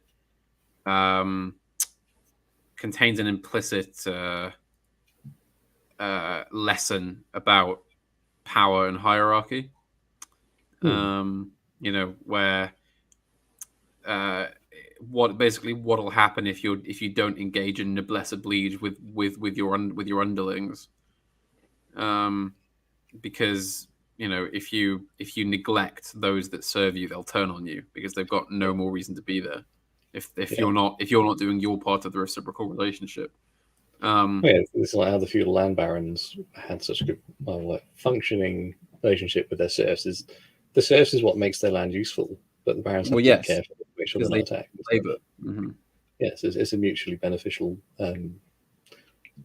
involvement, isn't it? So. Well, yes, and also because it's not like it is now, where a baron is hiring a serf to work on his land, and the serf is then expected to provide everything else just based on a wage. The serf is given some form of housing, many other things as well, inclusion into various polities and organizations. They're provided with land of their own to farm. It has to be reciprocal. The great cheat, the great slavery, the great deception of the modern age is this move back towards a kind of feudal structure where your movement will be limited. It's obvious that they're trying to move towards this, where nobody except the elite is allowed to move around. You're tied to certain places and certain forms of labor. Your power is essentially nil. But unlike a traditional feudal relationship, you're not really permitted to do anything. You're not permitted to raise a family properly. You're not permitted to farm your own land. You're just chained in a pod where you have to pay for everything. You choose as an animal and cattle that just has material needs to be satiated. You're not being acknowledged as a human in God's green earth, Exactly. It's going to be Huxley's Brave New World fairly soon, I think, in that respect. Except worse, basically. Yeah. I just want to pick up a bit on so Speedrunner mentioning here about humanities alongside STEM studies. So most engineers I work with are, well, frankly, autistic in their lack of social skills. People that are obsessed over just numbers, clunking around calculators and hammers and spanners. That a lot of people are drawn to that because they haven't got the social aptitude, or it's just not in them to do it. So they obsess over this instead. So you do get quite a gross lack of this wider perspective you have to get. So it's a rare few when you find one that is kind of so far into it and they come out the other end. It's almost like it's like this black hole that is this engineering subject. Most people are only going into it past the event horizon, but some people get shut out the other end and realize it's a wormhole. So they know everything about the other side of it and the front of it. Yes. The people who hyper focus regardless of the subject, they're always lacking something else. They kind of just put other things out. Yeah. I suppose so. I mean, on the topic of humanities, it's incredible to look back and see the slackness of the response to that, where basically all the ground was just surrendered. You know, the leftists and the mediocrities were just let in. You know, there was no attempt to hold the fort against that. Yeah, no organization. It's a bit like the trend seen in the 30s with the Great Depression, the moving away from acknowledging your man of raw skill. His hands are just the things he can do. He's just got some bod that can run a lathe. He's just there to put stuff together. He's just to fit it. It's like, yeah, you have to let any old person in to be able to get the numbers you need to do the quantity you need, because there's kind of like a fixed proportion of quality work. There's only so much of the populace you can squeeze out of them. Certainly, considering the amount of time it can take to train someone to be like that, it's very, very low time pref, whereas it doesn't see the high time pref on the world. So, well, I mean, this is the thing. I mean, this is it's almost, because you have to remember that, of course, back once upon a time, 90% of all jobs was skilled labor. Well, not that high, but you know what I mean. The majority or a good chunk of jobs, other than just farming, which I would argue is a form of skilled labor in of itself. Some economists don't tend to count it as that, which I think is unfair. But other than farming, you know, every job was some kind of vital function. It was something that was needed, whether you were making, you know, it's like how Shakespeare's father was a glove maker. You know, I mean, it's like we live in an age now where everything is mass produced in a factory. So we don't think about the fact that every town in England needed somebody to make gloves, to make boots, to make trousers, to make knives and forks, you know, to make cups, to make plates. You know, it's everything had to be made by somebody, and preferably not 1,000 miles away. Otherwise, how are you going to get hold of it? You know, it's not like you can put it on a train or on a cargo ship, is it? It's got to be hauled over a road. There's a fantastic Lindy Beige video sort of lecture about medieval transport, where he talks about how the roads of medieval England were more often than, like, trying to get about was like hell in itself, basically. I mean, unless you had access to a river that took you exactly from A to B, then trying to lug stuff around on roads was impractical beyond belief. And very often the roads were congested and crowded, and maintenance and people were, you know, local lords would extract tolls on the roads and you had to pay, and, you know, that kind of thing. There's a story in the Mabinogion about someone obsessively going from village to village trying to find a decent glove maker. That's right. There is, isn't there? Yes. Yeah. I remember that one. Well, I mean, you know, it's, you know, the point is that the structure of the society in a pre-industrial age meant that there was much more of a need for skilled labor in general, and a need for, you know, because that demand for gloves in that town isn't going to go away when the glove maker dies, is it? So his son or somebody else has to take over the business because there's a demand. You know, take over the trade. The family does it, so this is where you get profession names like exactly Taylor, and so Cooper, that family is acknowledged as being they're like the family is the indelible kings of that particular profession, so no one ever really tries to muscle in on it. Exactly, you know, that village needs somebody to skin their hides, so it's got to be a skinner. And then you've got this very healthy pride that comes with knowing that you're the one for it, and you're the best one that's going to be for doing it. You have to be. I also believe quite strongly in blood memory. So, you know, if your ancestors for 300 years have been expert, I don't know, clockmakers, you will probably be a pretty damn good clockmaker if you're trained to do it from age 5, you know. I mean, of course, this is the other thing, is that all the training is so much more effective in this model because your father will basically induct you into it from as early as he can. And you can impart his experience. Exactly. And it's not like you're some laborer that shows up like every couple of days to do a bit of an apprenticeship. You're his son. So you're literally there with him 24 hours a day. I mean, you know. Ideally, the epitome of an investment. Basically. Legacy. That's, I mean, again, it's more an incentive to have kids, you know. Yeah. It's because you need young hands, you need small skilled labor, you needed a successor. Yeah, even just like being aware that the most effective people to work with are the ones who've got the most experience, and yeah, you can never replace them. Knows what they're doing. Well, you can't just read a fucking book and be good at it. No, exactly. This is why experience in of itself is such a value and a virtue. Because as anyone who's ever tried to do anything remotely complex knows, trying to find somebody who just knows what they're doing is just the first big hurdle, isn't it? If you don't know yourself. I think in part of this as well that there's the realization that theory is imperfect, because theory is man trying to fit into a frame universal mechanisms. But in doing so, in putting something into a frame, you're trimming off the edges. Effectively, you're missing other parts of it, or you're only viewing it through one window rather than conception of the entire thing. Yes. Well, I mean, compare it to, like you said, like now when the average person will have like 27 jobs in their life, if not more, you know. Yeah. It's just ridiculous. And of course, the average job, I mean, this isn't even true anymore. This would have been true in, like, you know, 1991, I suppose. But I was going to say the average job is sort of an office worker. You know, I mean, like you can't pass that on as a trade, can you? You know, doing emails and doing admin. It's not. I mean, there's two people I'm aware of that kind of do the whole job hopping thing. You've got incredibly mercurial corporate types who do the whole wage jumps to get big bonuses quickly. Yeah, they don't have any loyalty, but they do know, I guess, how to quickly slot into a hierarchy. Whereas the other side of that is they're like Winston Wolves, you know, in Pulp Fiction. They're fixers. They show up, do a job, leave, get out. Yeah.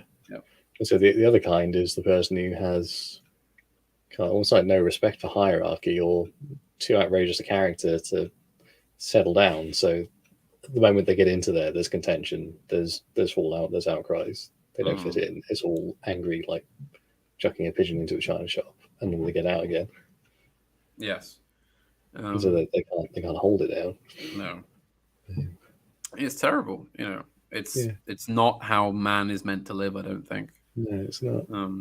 I do think that industrialism has been a problem, but this is my next kind of philosophical project, is the technical question, because I've been stocking up on resources and books about technics, you know, Ellul, Kaczynski, Heidegger, etc., Evola, Spengler, etc., to kind of try and get away around this, because industrialism and technology is like the ultimate check on reactionary positions, basically, because it's like, well, you know, you can't just pretend the Industrial Revolution didn't happen. You can't just there's a reason that these things are so pervasive. You know, there's a reason that an industrialized culture will probably destroy a non-industrialized one. You know, and ones that can master that. So you have to kind of work a way around it. You have to find a way for the eternal principles of tradition and the kind of perennial wisdoms and the ways of life to accord with technology. I think up to a point. I mean, you know, I wouldn't be surprised if you know, if one day there's a kind of Butlerian jihad against computers. You know. Well, that's when you get the cult mechanicus and 40k theory. Well, there you go. I mean, you know, or just, you know, as you say, computers become like a tool of the elite only. You know, it's like a secret guard. It's like technology is fine as long as the masses don't have it. Yeah. Well, there's reminds me as well of a game called I Divine Cybermancy. Which is, that's a bizarre game, but that's about techno-religion and how it's kind of like a transhumanist edge, how we absorb ourselves into the tech world, and we kind of start again in terms of civilizational conception of our position in it. So in getting so in deep into it and kind of merging with it, we lose conception of what it is because you can't see the whole thing together. Right. And so we find ourselves lost in this world where this is this kind of strange, omnipotent scientific ability. that people can't understand. So thus they automatically assume a like submissive religious attitude towards it. So they're scared of it in a way. So it devolves into that like very sort of 13th century way of living with it. Well, I mean, it's also worth considering. I mean, every single person has a computer, a smartphone, etc. Yeah. But the percentage of people who have one versus percentage of people who could successfully engineer one is Tiny. dramatic. I mean, it's like, could we reach a point if there was some kind of disruption or collapse in a society where all the tech just becomes useless because no one knows how it works? Yeah, well, I'm convinced we'd revert to a 1970s level of tech. So why specifically the 1970s? So this is along the lines of things like CMOS architecture for microchips. So it was slightly beyond basically like die transistors with integrated ones, so IC integrated circuit. So the machinery to make these, the etching machines with the dope material, they're not so absurd. They're like the first ones, so they're fairly easy to get back up to quickly. But it's the really high tech like laser etching for doing the modern stuff, the really tiny stuff that means that your mobile phone isn't the size of a whole factory.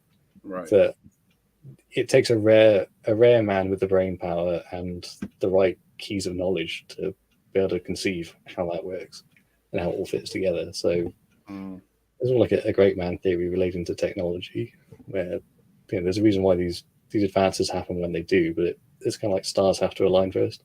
Yes. Again, the maintenance of these things as well, they're very fragile. And because some engineering firms are so big now that people's jobs can be very pigeonholed. So you hear me saying several times now, the reason why I didn't get into automotive is because I'd be relegated to, I don't know, designing a gear knob, and that's it. I've got no say in the rest of the car. So you've got loads of these guys that are kind of atomized in their specialties, where like someone's good at doing wheels, someone's good at doing suspension arms. You will design the door handle for the toilet on a Boeing plane. That's what you will do. Yes. Something as pigeonholed as that. So that I mean, that's not a joke, by the way. That is an actual, like, there are people who I know somebody who works in design who designed.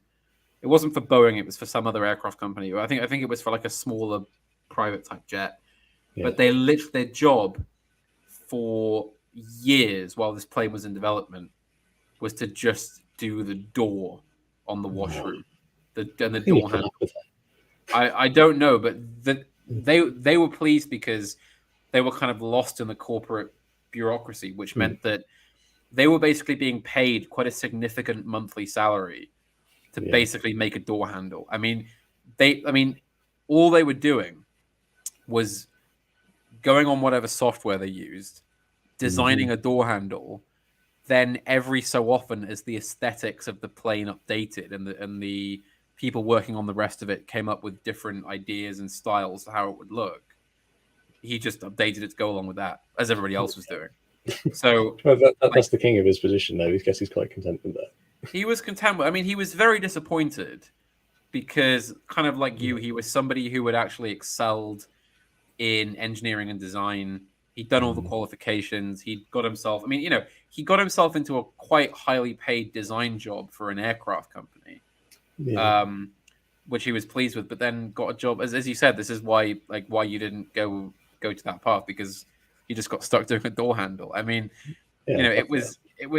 He's very pleased to be getting paid for basically make work, but he was disappointed because it wasn't fulfilling his desire as a man to achieve excellence, and fulfill what it is to be an engineer or a designer. So much unrealized potential in just being stuck doing that. I mean,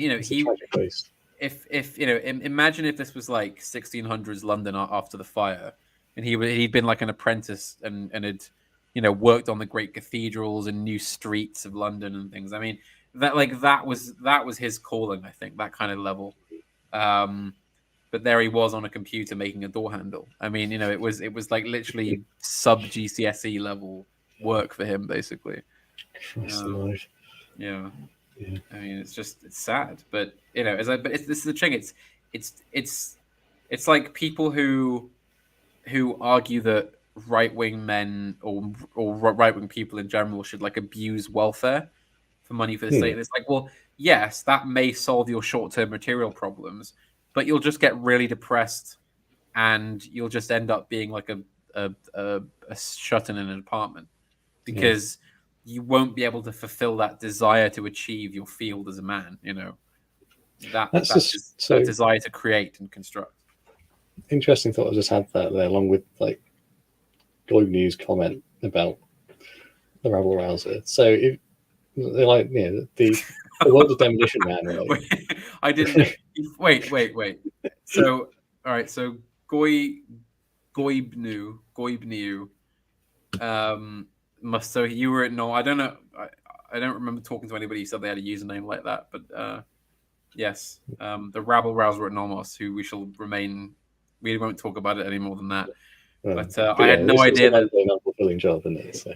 I had no idea he fixed package. Oh man. Yeah. I mean, I can see it.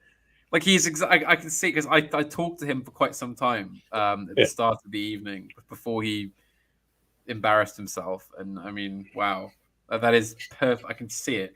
That is so clearly the job for him. But anyway, go on. Yeah. So in the ideal, the Goyslut world of Bugmen in pods, you have just the most obscene volume of unfulfilling jobs, and the fact of human nature is you have a lot of people who want to do more. They want to reach out. They want to fulfill potential. They're stuck in these jobs and these pods. They can't do that, so they end up lashing out in potentially violent means if it's that bad. So it's going to be almost like Judge Dredd, where there's this constant social strife. You just can't get around it because people are just unhappy.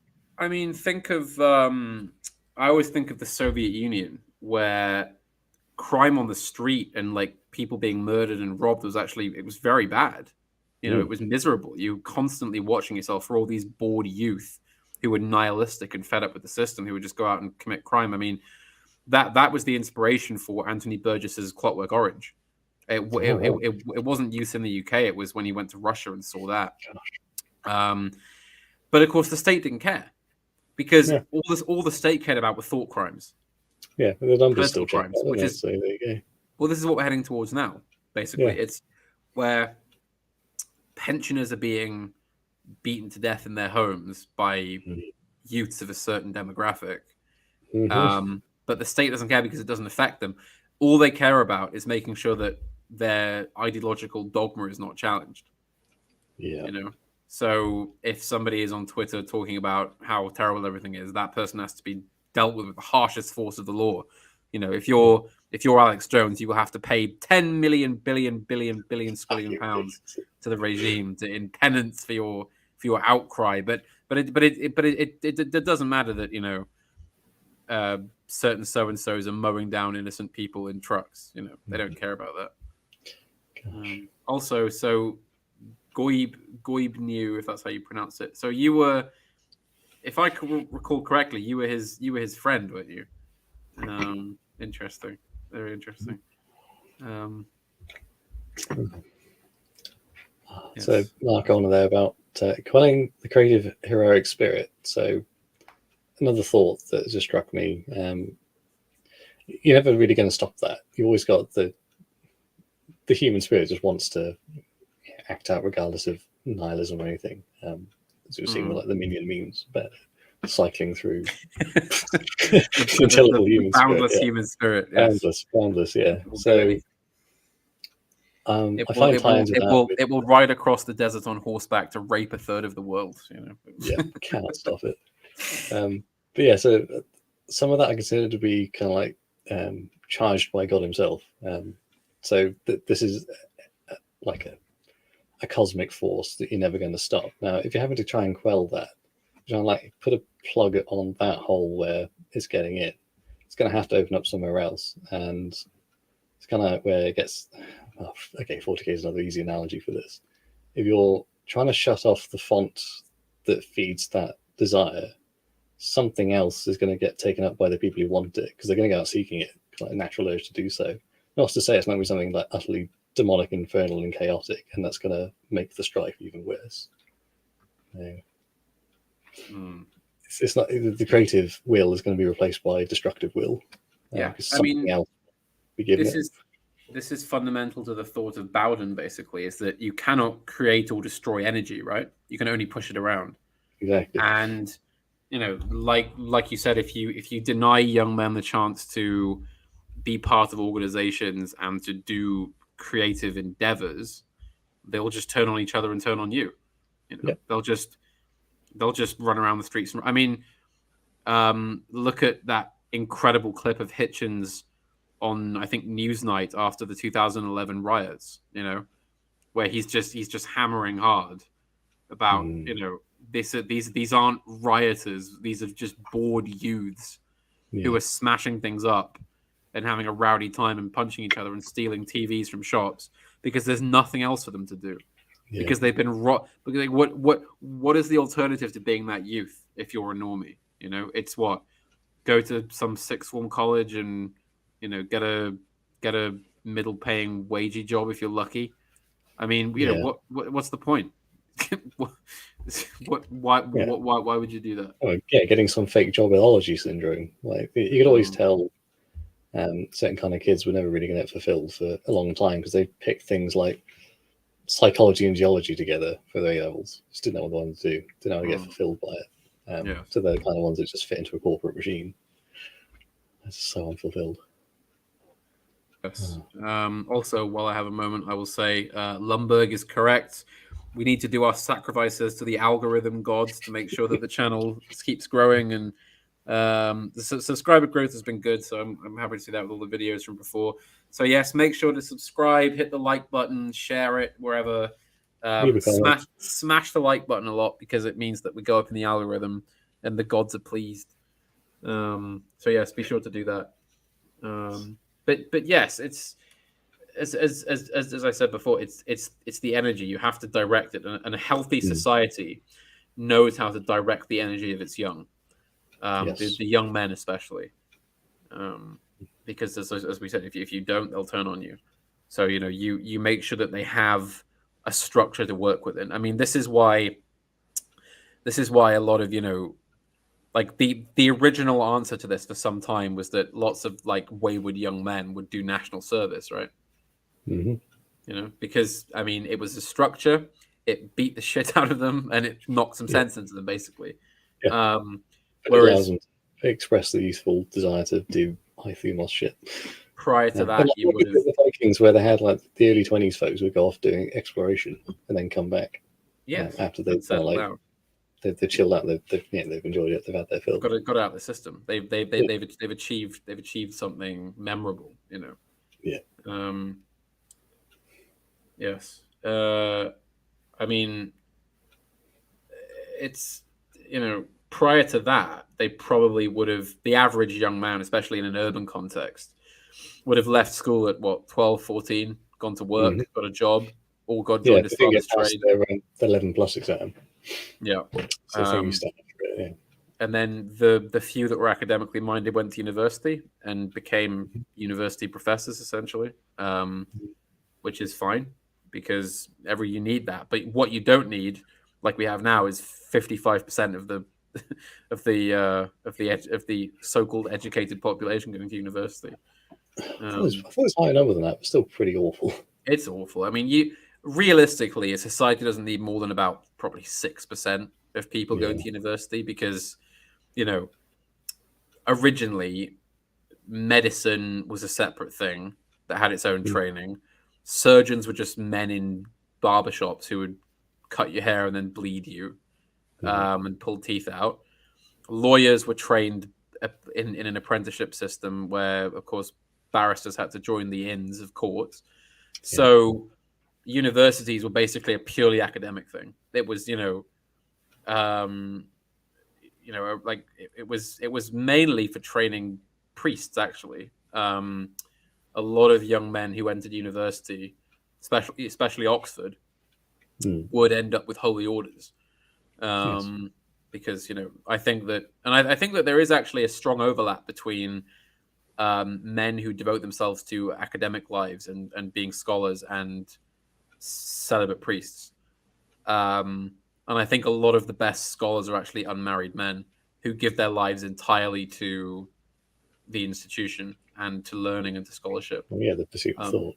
Yeah. Yes, but again, this is how you get that. You have a small percentage of only the best that do it. You can't have what we have now, where universities are just seething hives of mediocrity.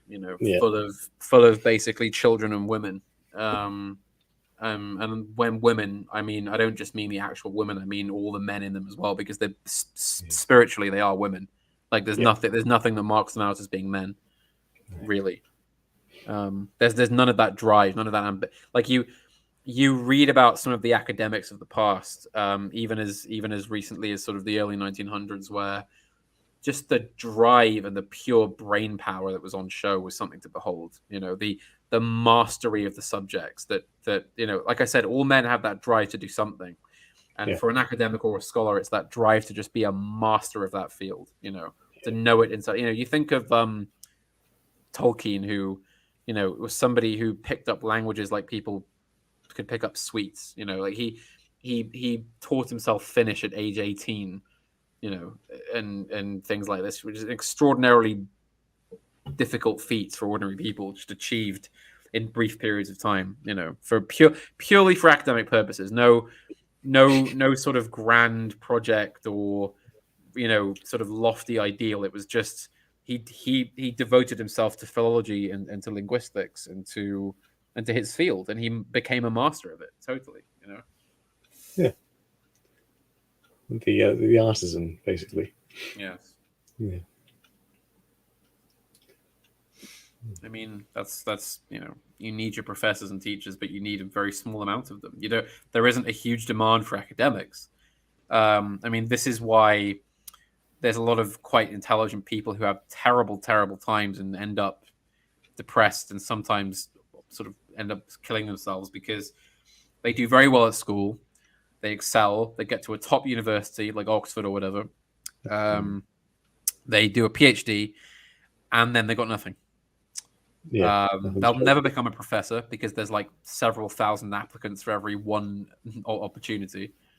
They'll never be able to go on and become part of the establishment elite, because it doesn't work like that. You'll just be some random provincial academic. You're not going to be the next Jonathan Swift or anything, or the next. So the people that do best at moving up is the ones who've got the charisma to shit their way upwards.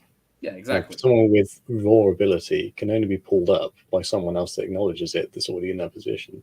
Yeah. It's very hard for them to push themselves through. I often find that those that are the best in that respect, they get pushed back harder because they show up the people that are in the high positions. Mm-hmm. It just makes it just almost impossible for them to get anywhere. You need a good person to see it and sort of nurture it, but they are tragically rare. Yes. And I mean, as has been observed by many other people as well, so many people go to university and do higher level degrees expecting that it will make them part of the elite. And they don't realize how it works, and they don't realize what the elite actually is, and they can't just become part of it. No. And they get annoyed when they don't get the respect they think they deserve for being that, Yeah, but like if someone has that hubris to them, like that awful lack of humility, you're not going to want to try and bring them into your inner circle, your gentleman's club. Because they're just going to be just this annoying hard edge that's too big and too brash and doesn't know how to like vibe with it, I mean, tying back to the start of the stream, I mean, I've been doing a lot of research into Geoffrey Hill, obviously, and there's a huge amount of just collected writings on him by these people who, like, they're all Oxford graduates in some way, right? And that seems to be their entire identity, their entire personality is that they're an Oxford graduate, right? Yeah. They don't leave Oxford. They live somewhere in Oxford, or near enough to it, and they still attend all the non-university specific events. They'll still go to the union and the debates and everything, and they'll hobnob with various academic elites in Oxford, and that's all they do. They seem to have this compunction that because they're an Oxford graduate who, got that far that they need to be listened to. So It lives that they will lifestyle. be they will publish, you know, academic blogs and this and that, and, you know, have these kind of gushing, lofty Twitter profiles where they, you know, they call the prime minister a twat. because, you know, because it sounds, you know, because they're, you know, they know what they're talking about. They went to Oxford, damn it. You know? This is just validation code with social espousing. Exactly. You've summed it up more succinctly than I. And yes, Lumberg, who is an Oxford man, not an Oxford University man, as in a man who lived in Oxford, makes clear that yes, half his neighbours. Yeah. Yes. Dear me. Indeed. Yes, not. Yeah, there's the state of the universities now. Essentially, the more I consider everything, the more I just think we need a total collapse. Well, it needs to. I mean, you know. Well, it'll, you know, the whole psychic theory, it leaves itself. Just, I'd rather focus on buffing up the foundations, like the perennial stuff that's going to sprout like wonderful flourishing flowers once this lofty canopy of decaying trees is collapsed and rotten. Well, yes, and the general idea is that we need to be prepared for survival in the Arctic, followed by a possible spring, basically. Yeah. We need to be prepared mentally, philosophically, metaphysically, etc. Physically, I mean, it needs to, you know, you need to reach that point, because, you know, right now it's all about just maintaining some kind of organization that sets us apart from modernity. Yeah. The point that speedrunner makes that, you know, the statement of wiping it clean, the total reset. Yeah, it's engineering in the way that it's not natural. It's man's forced logical conception of how the process works. But I think the better way to consider an image for this is like a wildfire. It sweeps through. It's a natural process. It sweeps through and burns off the old stuff, but in such a way that it's fertilizing. It'll allow the stuff that's in the earth to flourish once more when it comes out. Whereas wiping it clean kind of just sounds like, well, it's not just scorched trees, it's scorched earth, it's salted, it's just utterly ruined. I mean, it's just our luck of where we were born. You know, we were born essentially into an empire at the height of its most disgusting decadence and apathy. Essentially, I mean, we do have something of a predicament in common with those poor souls born right at the end of Rome, as everything just sort of pulled itself apart, and everything changed. I mean, at least back then, as bad as things were, you could still raise a family without, you know, people trying to come along and change their gender. You know. It's not like this gloomy threat nowadays is like some fucking demonic accosting of this weird hyper order structure that is going to feast on your soul. Well, of course. I mean, it will try and just suck blood out of you. I mean, you know, I mean, we even have a similar ethnic collapse where, just as Rome was overrun with Gothic hordes and incursions in the Middle East, we are overrun by various demographics. You know. I mean, I know. Again, we're banned from rank punditry. There's a blanket ban on that. But I will ask you, what is it recently with everybody talking about Albanian arrivals? Because I was always under the impression that the arrivals were mainly African and Turkic. As if to expand the rankness of this, a sex bot's just got in as well, so it is important to stay away. There's the sex bot, yeah. Vingul. This is why at the start of the stream I made Vingul a mod, because I knew that the sex bots would show up at some for some reason. I can see them in StreamYards, but YouTube chat isn't loading properly for me. Oh man. I think it's because I'm stuck on top chat. I'm sorry for being a boomer, but how do I get live chat, not top chat? Or if there's, I don't know, somebody. Oh, there we go, live chat. Sorry, there we go, fixed it. Can actually see people's comments now. But yeah, to answer your question, I don't really know why this focus has shifted. It's like it's the Kosher thing to address instead, because it's not got the same Hang on. connotations of bigotry. So Vingul hasn't got his I didn't even do it. Let me get rid of these sex bots. I've given Vingul mod powers, but it hasn't gone through. I don't know why. Oh dear. Hang on. Boomer. This is pure boomer moment, right? I've made Vingul an admin. Let me make Lumberg one as well. Oh no, why hasn't he been added? Oh, I have to post this channel URL. That doesn't make sense. DM it or something. Hang on. Vingul. If I type in his name, it comes up. So Vingul, and let's add Lumberg as well for good measure. There's a lot of channels called. They're all called Bill Lumberg after that character. But none of them are his. I can only see. I'm gonna have to get his channel URL. Oh bloody hell! Right, let's trying to just boomer my way through this now. Give me a second. Sorry, Can't have a stream without tech issues. Yeah, I told you what happened because I've never used StreamYards before. I've never run a live stream. So yeah, if everything goes right, something's wrong. Lumberg. Where's your channel URL? Oh, I can't. Oh god. Go to channel. This is so terrible. I'm sorry. Can you say something interesting to keep people watching while I do this? All right. Okay. So I'll pull out your question in the Pondering Lounge. Is Lenin, in fact, a perfect example of a philosopher king? Is this the time to start that? Put it out to the chat. Add a bit of rumination on it. Is Lenin the perfect example of a philosopher king? So,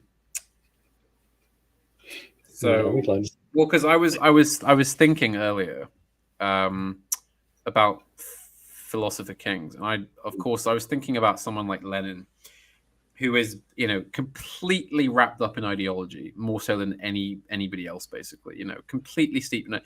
Everything he does is dictated by ideology until he gets into power, and then he gets into power and basically spends the entire time trying to find a balance between his philosophy and the naked rules of power.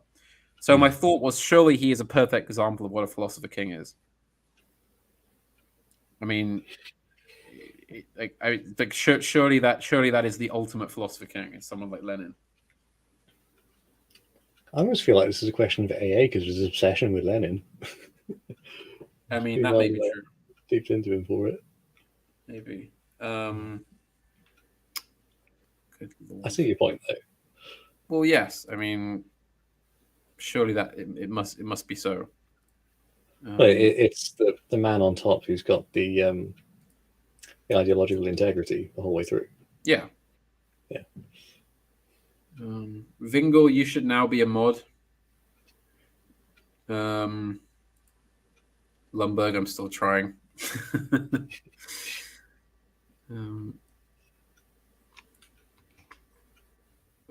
Me. Where are we now? Oh, there we go. Lumberg. Right. I've added Lumberg as well. And I've blocked sexfind.info from posting. So deal with that. So there we go. There we go. It's worked. Vingul's got the wrench. Lumberg should have it shortly. So yes, anyway. People saying Frederick the Great. I mean, this is my contention with it being Lenin, because in a monarchy, right? Let's say you're the Prussian successor to the throne or something like that. Monarchies are non-ideological. They work entirely through power, right? The only philosophy of the monarch is to do with their legitimacy and their power. So let's say even if a monarch is a deeply Christian man, it will generally be communicated they will communicate their power in a Christian way, or in a Christian glove, you might say. But they'll still ultimately be a king, and they will have to rule in accordance with power. Now, ideology, or if you're someone like Lenin, as I said, you are concerned with how to get power, but you don't exercise it. You know, you're a revolutionary. You walk around discussing communist theory with everybody, and you know, coming up with revolutionary ways of looking at everything. And then you finally achieve power, and you spend the rest of your life putting that philosophy into reality. I mean, essentially, what I'm saying is the difference between Frederick and Lenin is that Frederick the Great is a monarch who rules fundamentally by power, by the rules of power. He is a learned man who reads philosophy and is aware of it. But I would say somebody like him, there's a definite separation of the realms of intellectual philosophizing and actual ruling. You know, he was what they call an enlightened despot, but he was still pretty harsh in his suppression of any enemies, as a ruler has to be. So, you know, whereas Lenin, of course, you know, very much a player of the power game, but far more steeped in ideology than any monarch could be, I think. That's my contention. I will have to ask A about that as well, as you said. I feel like you have to have that ideological force behind you to get into power in that kind of comprehending sense. If you haven't got the root of not necessarily blue-blooded God-given. I mean, what about just a military dictator who just takes power? I mean, it could, like, someone like Pinochet, who entered power completely unideologically, other than just to remove a sitting president. I mean, you know, there's no ideology at work there, really. Everybody thinks of him as the sort of great free market libertarian dictator, but he entered power. The reason he was appointed head of the armed forces was because he was known to be completely uninterested in politics. And for 2 years, I believe he tried to continue Allende's policies. And then when that the situation did not improve, that's when he called in the Chicago Boys, or so I understand it. So yes, power is power. I mean, AA is right that ideology doesn't really exist. You know, it doesn't matter whether you're, you know, King Solomon or Lenin. You know, at the end of the day, you still have to abide by the same rules of human law and power. You know, it doesn't change, even if it doesn't matter what your ideology is. You know, it doesn't exist. There is only power. Really, that also kind of just sounds like a justification for perennialism being king shit. Well, yes, essentially, because it like any ruler, any organizer, you know, it doesn't. I mean, I'm talking about kings here, but you could be running the local cricket club. You know, there'll come a point where you have to defend your own legitimacy and exercise some form of power. You know, if somebody is writing naughty words in the toilets, then you may have to find and expel that person. You know, it is, you know. But if it turns out they're a popular person, then you know, you can't just expel them because everyone will leave, or they'll overthrow you. So, you know, it's that. You know, it's the rules of power are the rules of power, and they never change. So that's a little thought then in dealing with threats to going power. So I'm kind of thinking you have to get rid of it in a way that has an outward expression that's proportional to the support the opponent has. So it's just some greebo that no one likes that's just sending you shit emails or something. Like, you can just eat them, no problem. No one has to know. They're quite going to the bushes. But if it's almost like a rat king, you've got to basically take them on in gladiatorial combat with a spectacle, and everyone has to see this whole sort of like ritual of flexing power, and they will see who's legitimate through the showing of might. Well, I mean, the example AA uses for sitting monarchs in the Jacobean era is that men would be condemned to death by hanging or torture or whatever, and they would have to come before the king and literally grovel for mercy in like the most humiliating way, and then the king would grant them a reprieve. You know, I mean, just again, this would be in front of a whole room of people. You know, just because that's power, right? As you said, you need to show it. I hope this isn't too vulgar of an example, but there's, of course, there's a famous moment in The Sopranos, which is actually, I mean, to be fair, The Sopranos is a very, very good, very very good explanation or kind of philosophical rumination on power and control. Obviously all of them are Italian, and they constantly reference who they call Prince Machiavelli. But yes, and there's a scene where Tony Soprano, who has been shot and has spent months recovering in hospital, and he's been shot in the stomach, so he can only eat certain foods, and he's got a cane, and he's looking quite weak, and he's got this new bodyguard who's this young, muscle-bound bodybuilder type who's full of sort of testosterone and energy. So Tony Soprano kind of stands up and for no reason at all just beats this kid to a pulp, basically, in front of everybody. I mean, this kid wasn't doing anything. He was perfectly nice. He was very polite, very helpful. But he just beats him up in front of everybody because he's paranoid about looking weak, and he knows he's been physically weak in front of everybody, so he has to be strong again.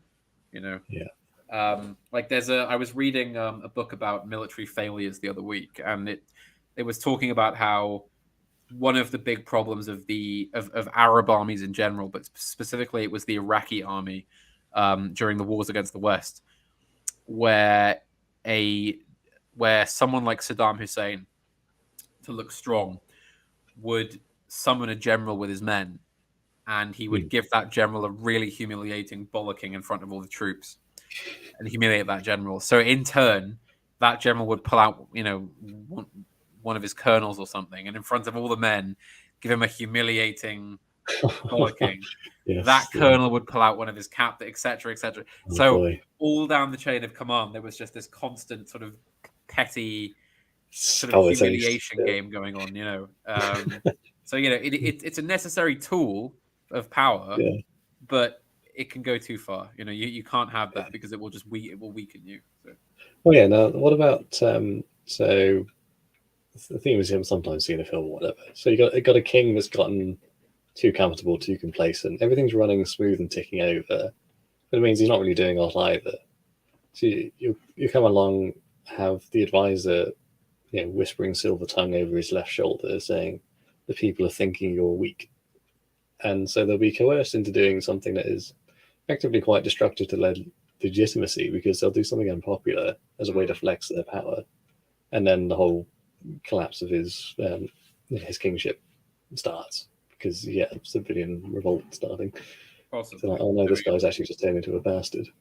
I mean, I've always been of the opinion that a monarch who does as little as possible is the best monarch. So now, which of our prime ministers in the 19th century had that attitude?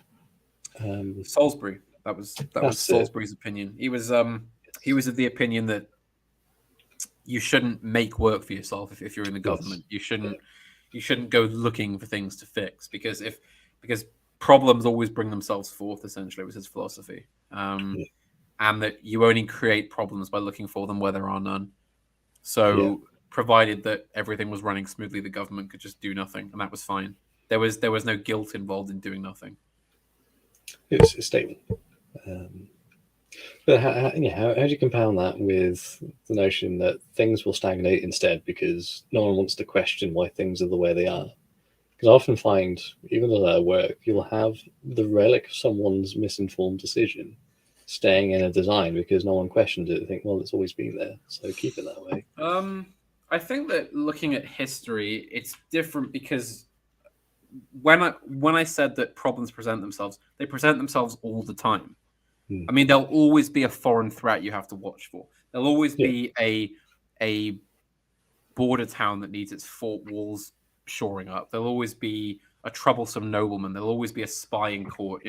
Like you're never you're never without something to do in some sense. So I think that I know what you mean about the consequences of a mistake, but I think when you're dealing with the political level, I mean, it's, you know, as I said, you're never really left alone. You know, monarchs and prime ministers can do nothing, only figuratively, I think. But the point is, you compare someone like Salisbury to government now, where there's just endless, just nonsense. I mean, you know that TV show from a while back, The Thick of It, where they all work in the Department of Social Affairs, and their entire job is to come up with policy. Like they just generate bollocks all day. That's their job. That's all they do. They just come up with policy, and I mean, it's like that is one of the most dystopian things imaginable to me. Just this department which exists to make the government look busy, and because I mean, you know, they'll be spending millions upon millions of taxpayer money on completely pointless schemes. You know, some scheme to drive policy to get a 7% rebate on fairy liquid for working house mothers under the age of 40. You know, like just pointless, ridiculous things. You know, like that.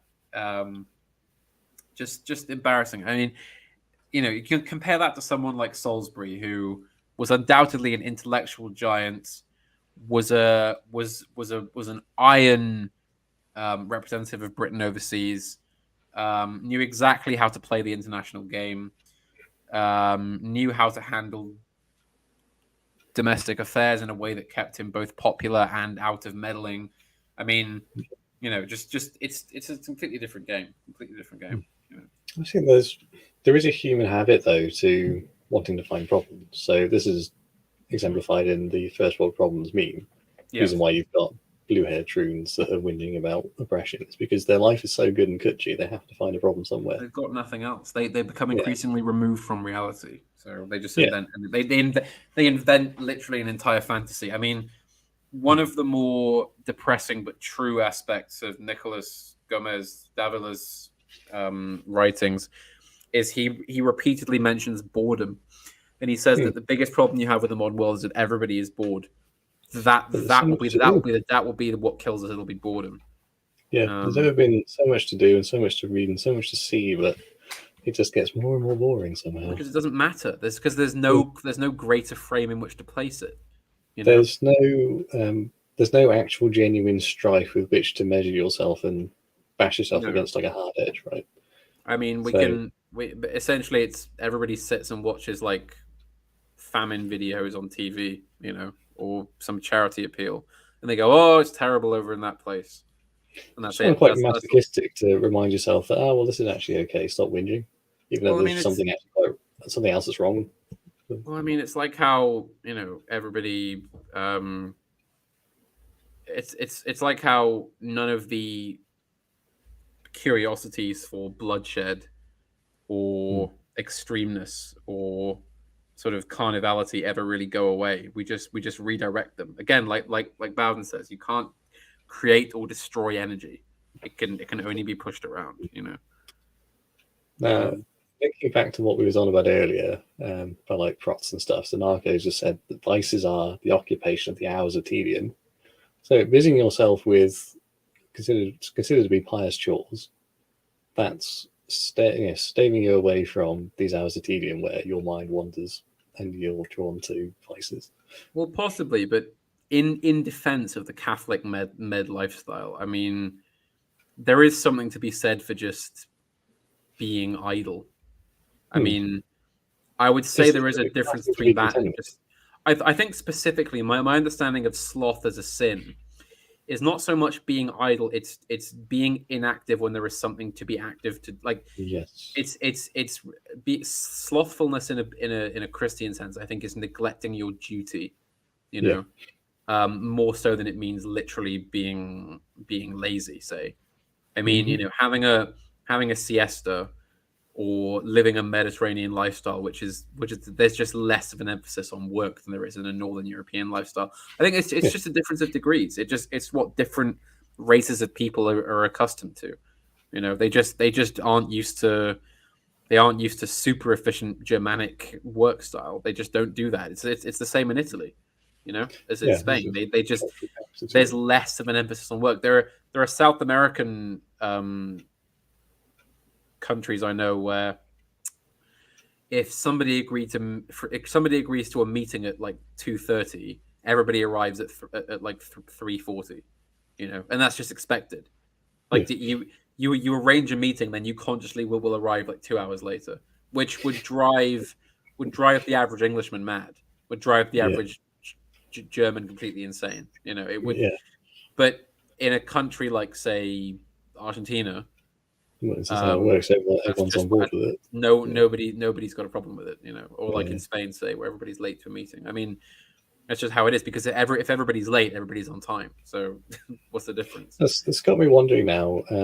So it's a problem I've seen a few times, and my stepdad's told me plenty about it from people he used to work with in, say, factory in the Midlands, is that they'll have an job for 30 years. And the moment they retire and walk out, it's the same issue you might have with, to some degree, soldiers, is the life is too different.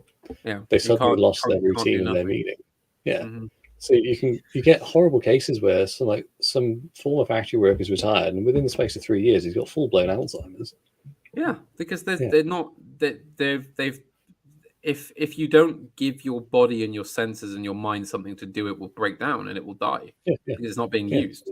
It's like it's like how if you're into fountain pens, the worst thing you can do is not use the pen, because it'll start to gum up. It won't work after a while. So I mean, it's terrible. I mean, this is as you said, I've known a lot of veterans in my family and outside of it who, as you said, they just can't go back to how it was. They can't. They need to be back and what they were accustomed to.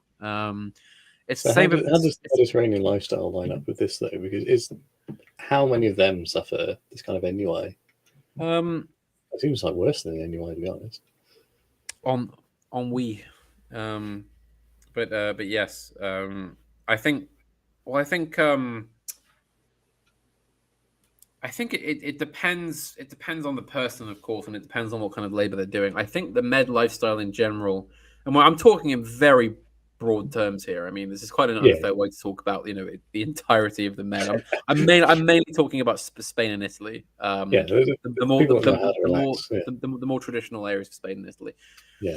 I think it's more of a like, especially the balance with work and idleness is.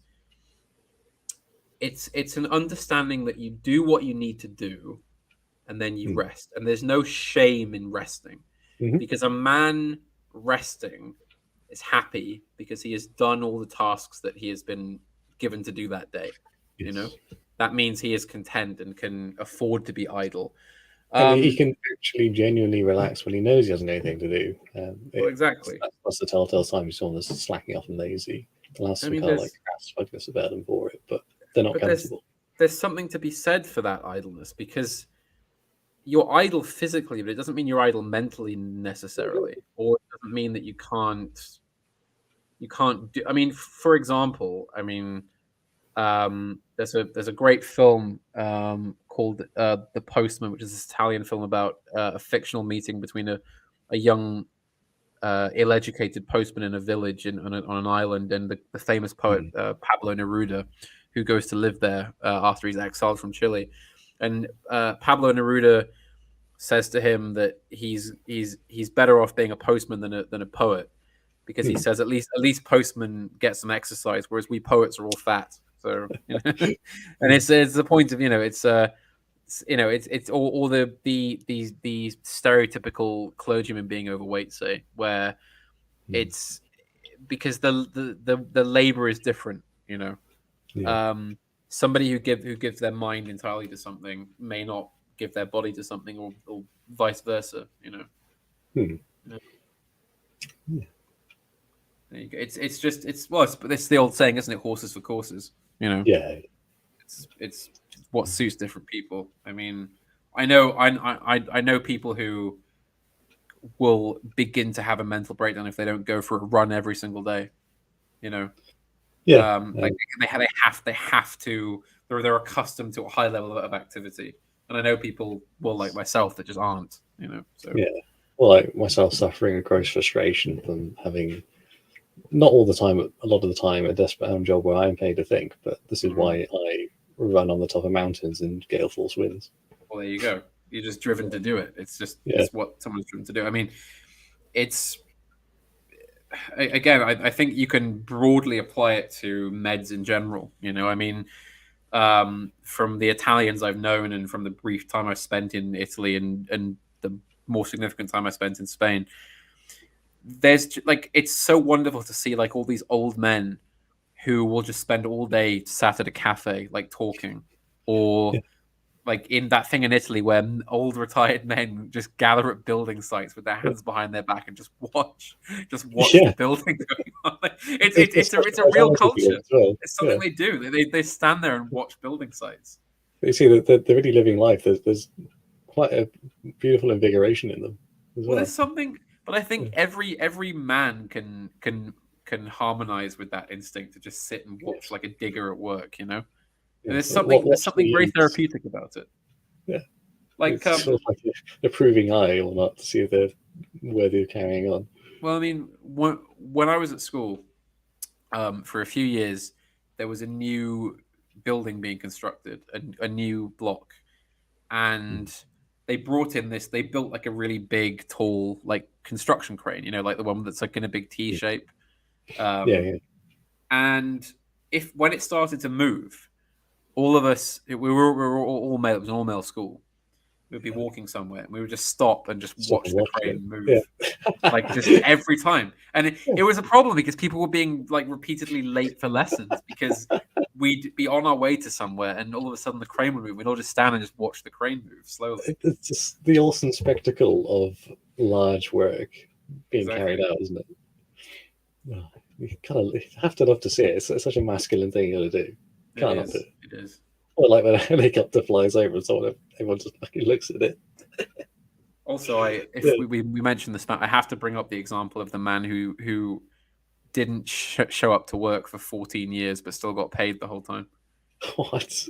He just stopped coming into work, but then just no one noticed. Bloody hell! They just kept paying him. 14 years. Mate, if you've got like a clock-in card or timesheet you got to fill in, someone should know. I don't even think it was that complicated. He just stopped showing up, and they just forgot and kept paying him.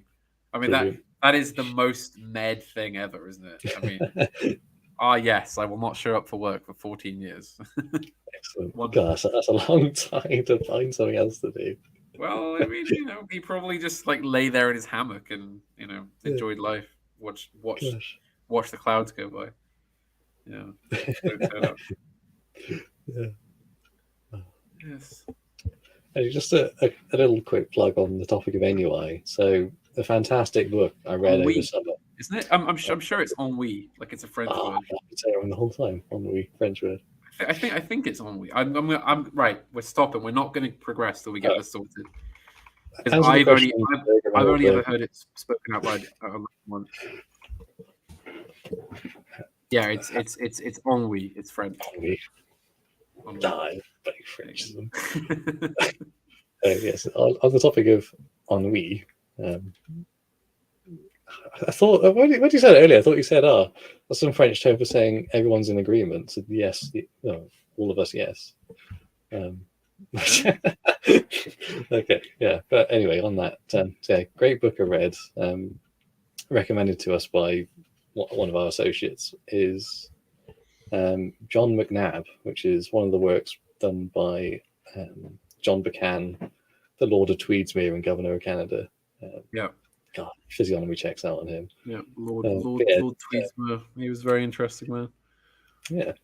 Yes, John McNabb is a story about 4 toffs in London, utterly fed up with their cutchy made-it jobs. They're all like great men. They're the best in their trade, like barristers, politicians. Yeah. And one of their mates, Archie, has a little cottage up in the Scottish Highlands. Right. I think I can see where this is going. Yeah. So these three great men in London, like this poet, this barrister, and this politician, they decide, bloody fed up. We need some perspective on how great our lives are. What we're going to do is all three of us together are going to laugh as a single poacher. Right? They're gonna pretend to be one man. Yeah. So what they do is that they send out letters to the surrounding estate owners saying, on this particular day, I'm going to come on your land and I'm going to kill a deer or a salmon. I'm going to leave it at your front door. You're not going to catch me. Wow. Okay. There's various ways they've written to pose the challenge in the most gentlemanly fashion possible, but in a way that's kind of tailored to different estate owners. But they've all got different responses to it as well. That's kind of just put different edges on the game. It's just brilliant how these three guys just go about doing it, and it's a beautiful kind of commentary in general on natural aristocracy. Yeah, because it's a character that does it. You can't just have money and say, "Look at me, I own this land. You're my no, bit." exactly. It doesn't work that way. So there is one character that's like that. Yeah. Well, I mean, but yeah, these three guys show him up. Basically, aristocracy is in the blood. You know, it can't like it doesn't matter if you're worth millions or you're penniless. It just doesn't change. You're still the same. Yeah. Anyway, you were going to say, sorry. Yeah. Thanks for writing it out there. Yeah, that's the book, John McNabb by John Buchan. I will give it a read because I very much like his works. They're very good. Well, I mean, have you ever read the Jeeves books by P.G. Wodehouse? Jeeves books. I'm going to say no. Well, because I mean, it's Jeeves and Bertie Wooster, and Bertie Wooster and his chums are like these extremely idle rich. You know, they're the idlest of the idle rich, basically. And they're like these young men in the 20s and 30s who have basically nothing to do, and so the stories revolve around.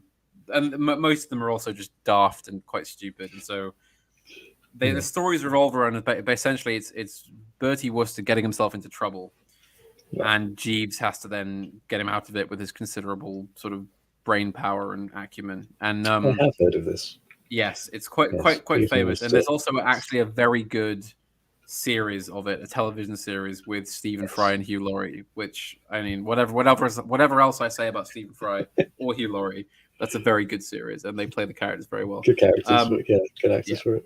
It works well, and it's kind of like what you said, except none of the characters are excellent in any way. Like they're all just idle layabouts who are either like sort of autistic nerds or hopeless romantics, or I mean, half of them are like sort of from old money that's just become penniless, and you know they're having to find ways of making money, normally just by begging rich aunts, selling off heirlooms as well, and selling off heirlooms or becoming teachers or something.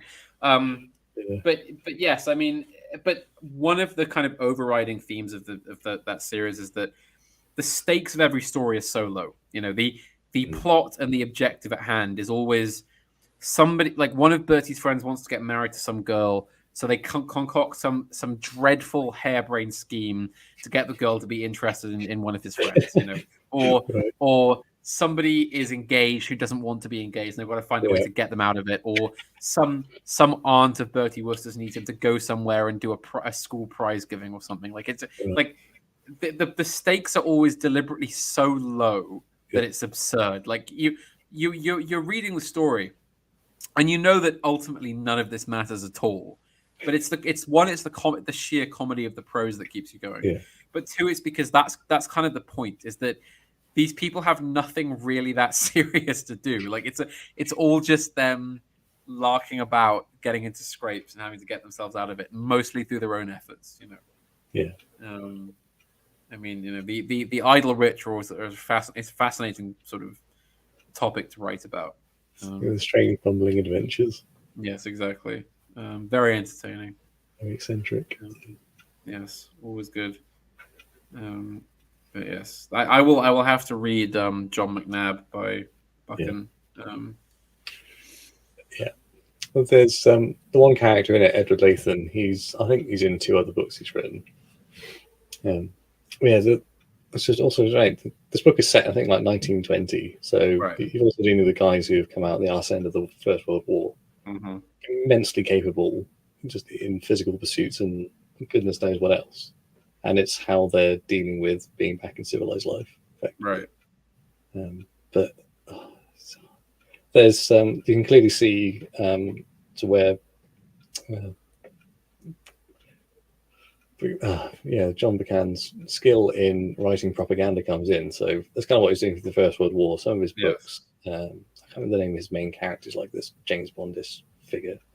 It's all written to be like pretty immense inspiration, capturing the best of like the British spirit, and it does do a very good job of that. And it's such like a wholesome and enlightening fashion that, especially as an Englishman, it vibes right. It's good. It's quite inspiring too, actually. Right. Because these characters are great men in action. I see. So they're something to aspire to rather than laugh at. Okay. Yeah. Okay. No, it sounds like a very interesting read. I know that Buchan became increasingly kind of not conservative per se, but he began to believe increasingly that the empire was like a mystical sort of being which had to be kept together. The sort of the mystical bond of Englishmen that spread out across the world.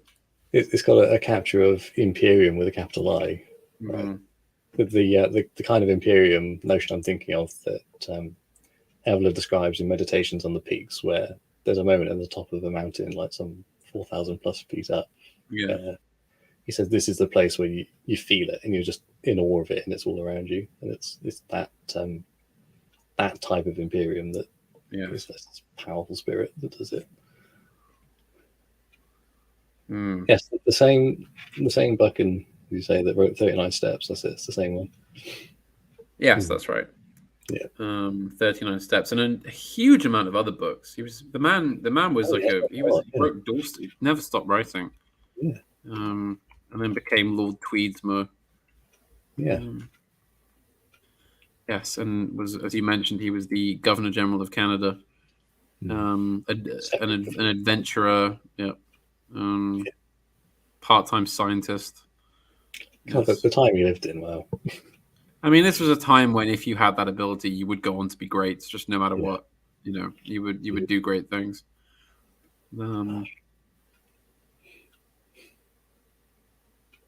Yes. I'm trying to find his bibliography, but it's a significant one, which is why it's not listed on his Wikipedia page.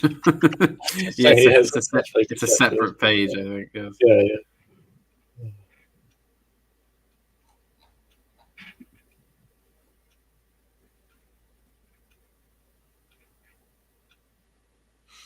Yes, indeed. Anyway, we're at about sort of nearly 3 hours now, so I think we'll wrap it up for this Sunday. This has been exactly what I hoped it would be. Basically, just a recorded chat between people. Yeah. This is what I want it to be. Just people bring people on. It's not really that serious. We just natter. That's basically it. Yeah. We natter and then occasionally talk about serious things. I will make these more formal as we go on. I want to sort of. I don't want these to just be like completely sort of aimless. I do want to like set a topic and bring on somebody specifically to talk about that topic. So I don't want this to just be kind of a rambling podcast sort of thing. This will be a good ramble because I've been told that people enjoy me rambling apparently with other people as well. So hopefully this will work on this channel. Basically, just talk. People seem to like it, and yes, I hope to have you back as a regular. Since I take it you're free Sunday afternoons 1 to 4. I mean, that's been, unless I'm up a mountain, yeah. Well, there you go then. And if you're up a mountain, I'll get somebody else or just do it myself. Just sit there and ramble into the void, basically. Just think about the list of topics we've covered.